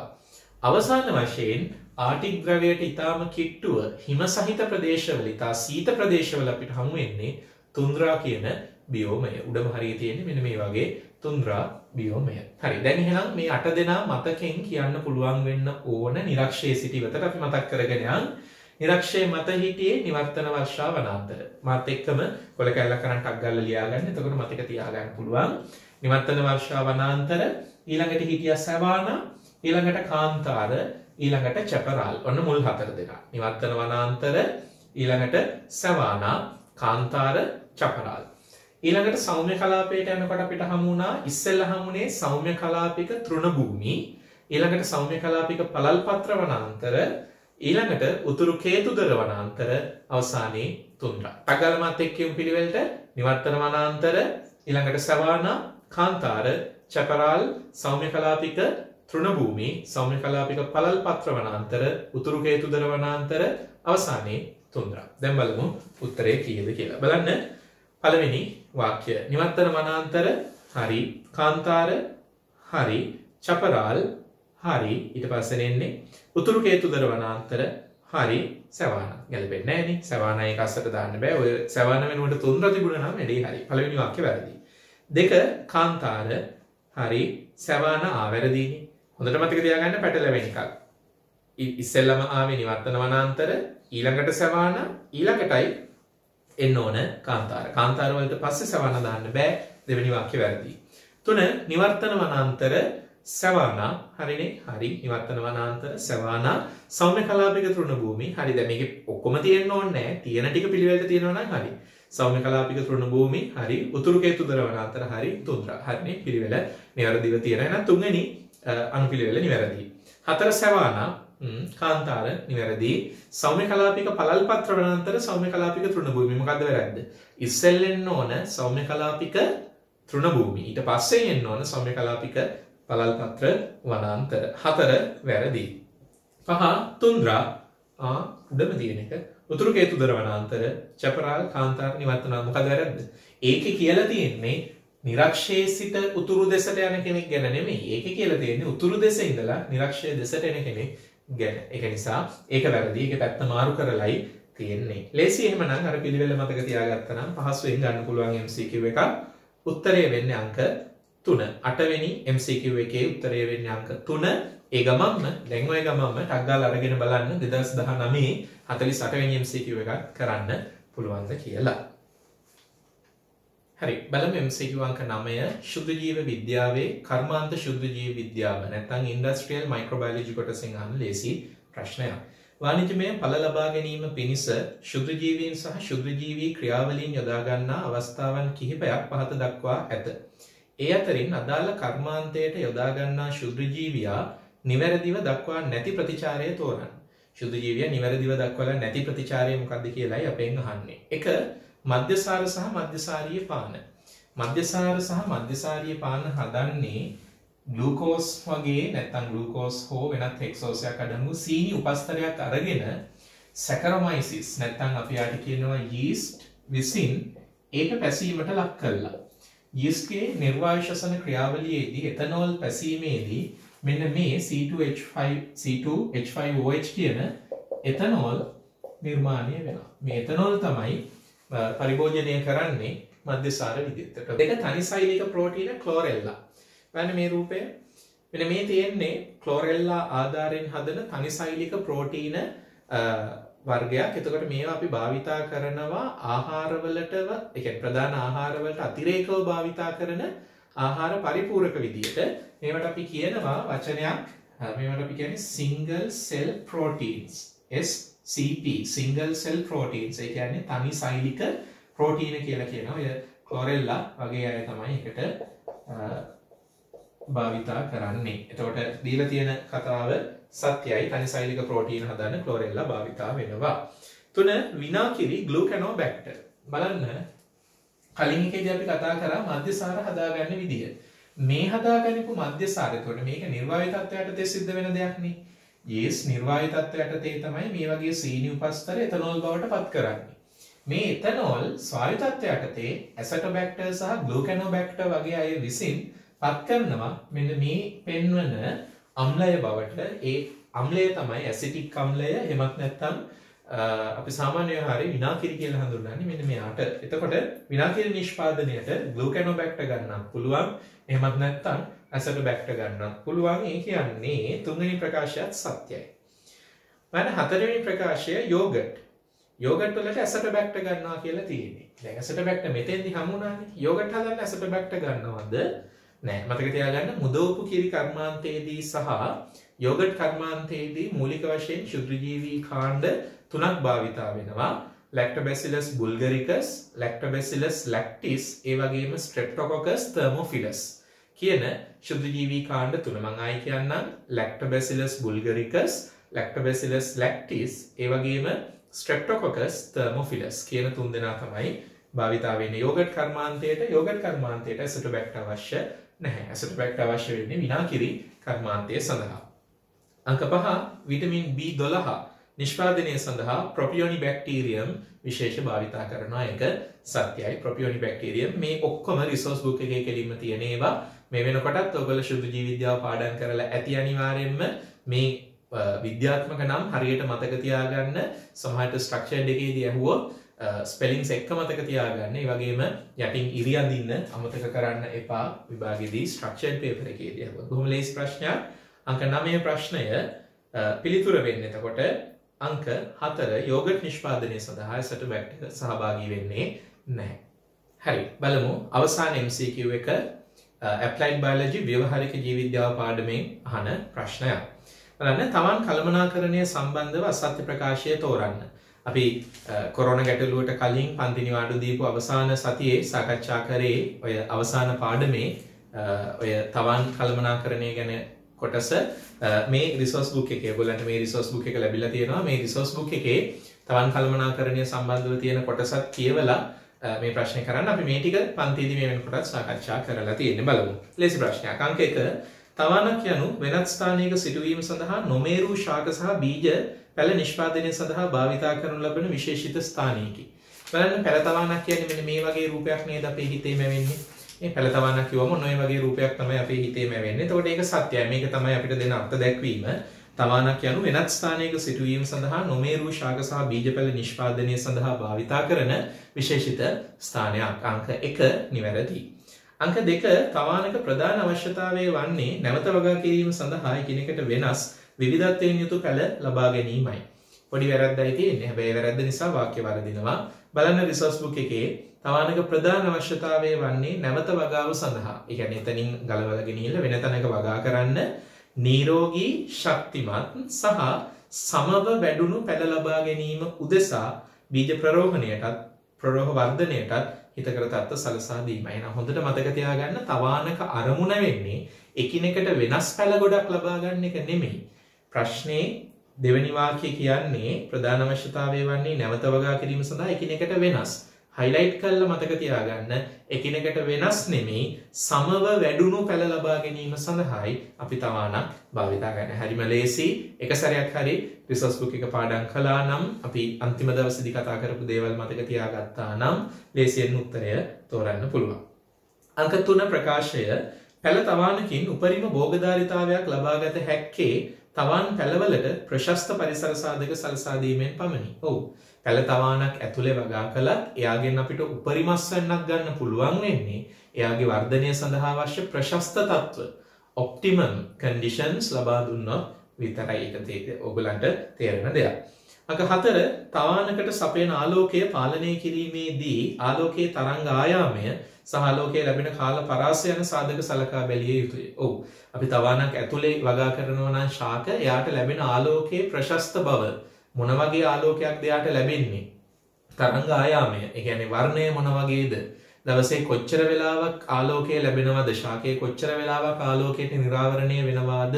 වගේ සාධක අපි හොඳට ප්‍රශස්තව පවත්ව ගන්න ඕනේ. එතකොට අපි ඒක ඇතුලේ වගා කරන අපි තවාන ඇතුලේ වගා කරන ශාක විශේෂයට අනුකූලව ඒ තත්ත්වයන් අපි සපයලා දෙන්න අවශ්‍යයි. අවසානයේ කියන්නේ තවන් වගාවේදී පාංශු කළමනාකරණය සහ පලිබෝධ රෝග පාලනය අවශ්‍ය වෙයි. ඔව්.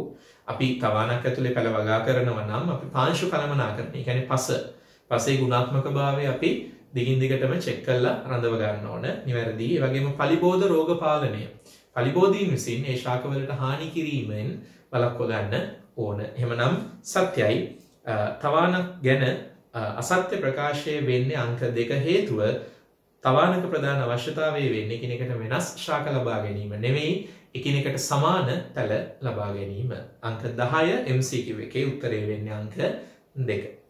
හරි. එහෙමනම් දෙවෙනි MCQ ඩිස්කෂන් එක ඉවර වෙන්නේ එහෙමයි.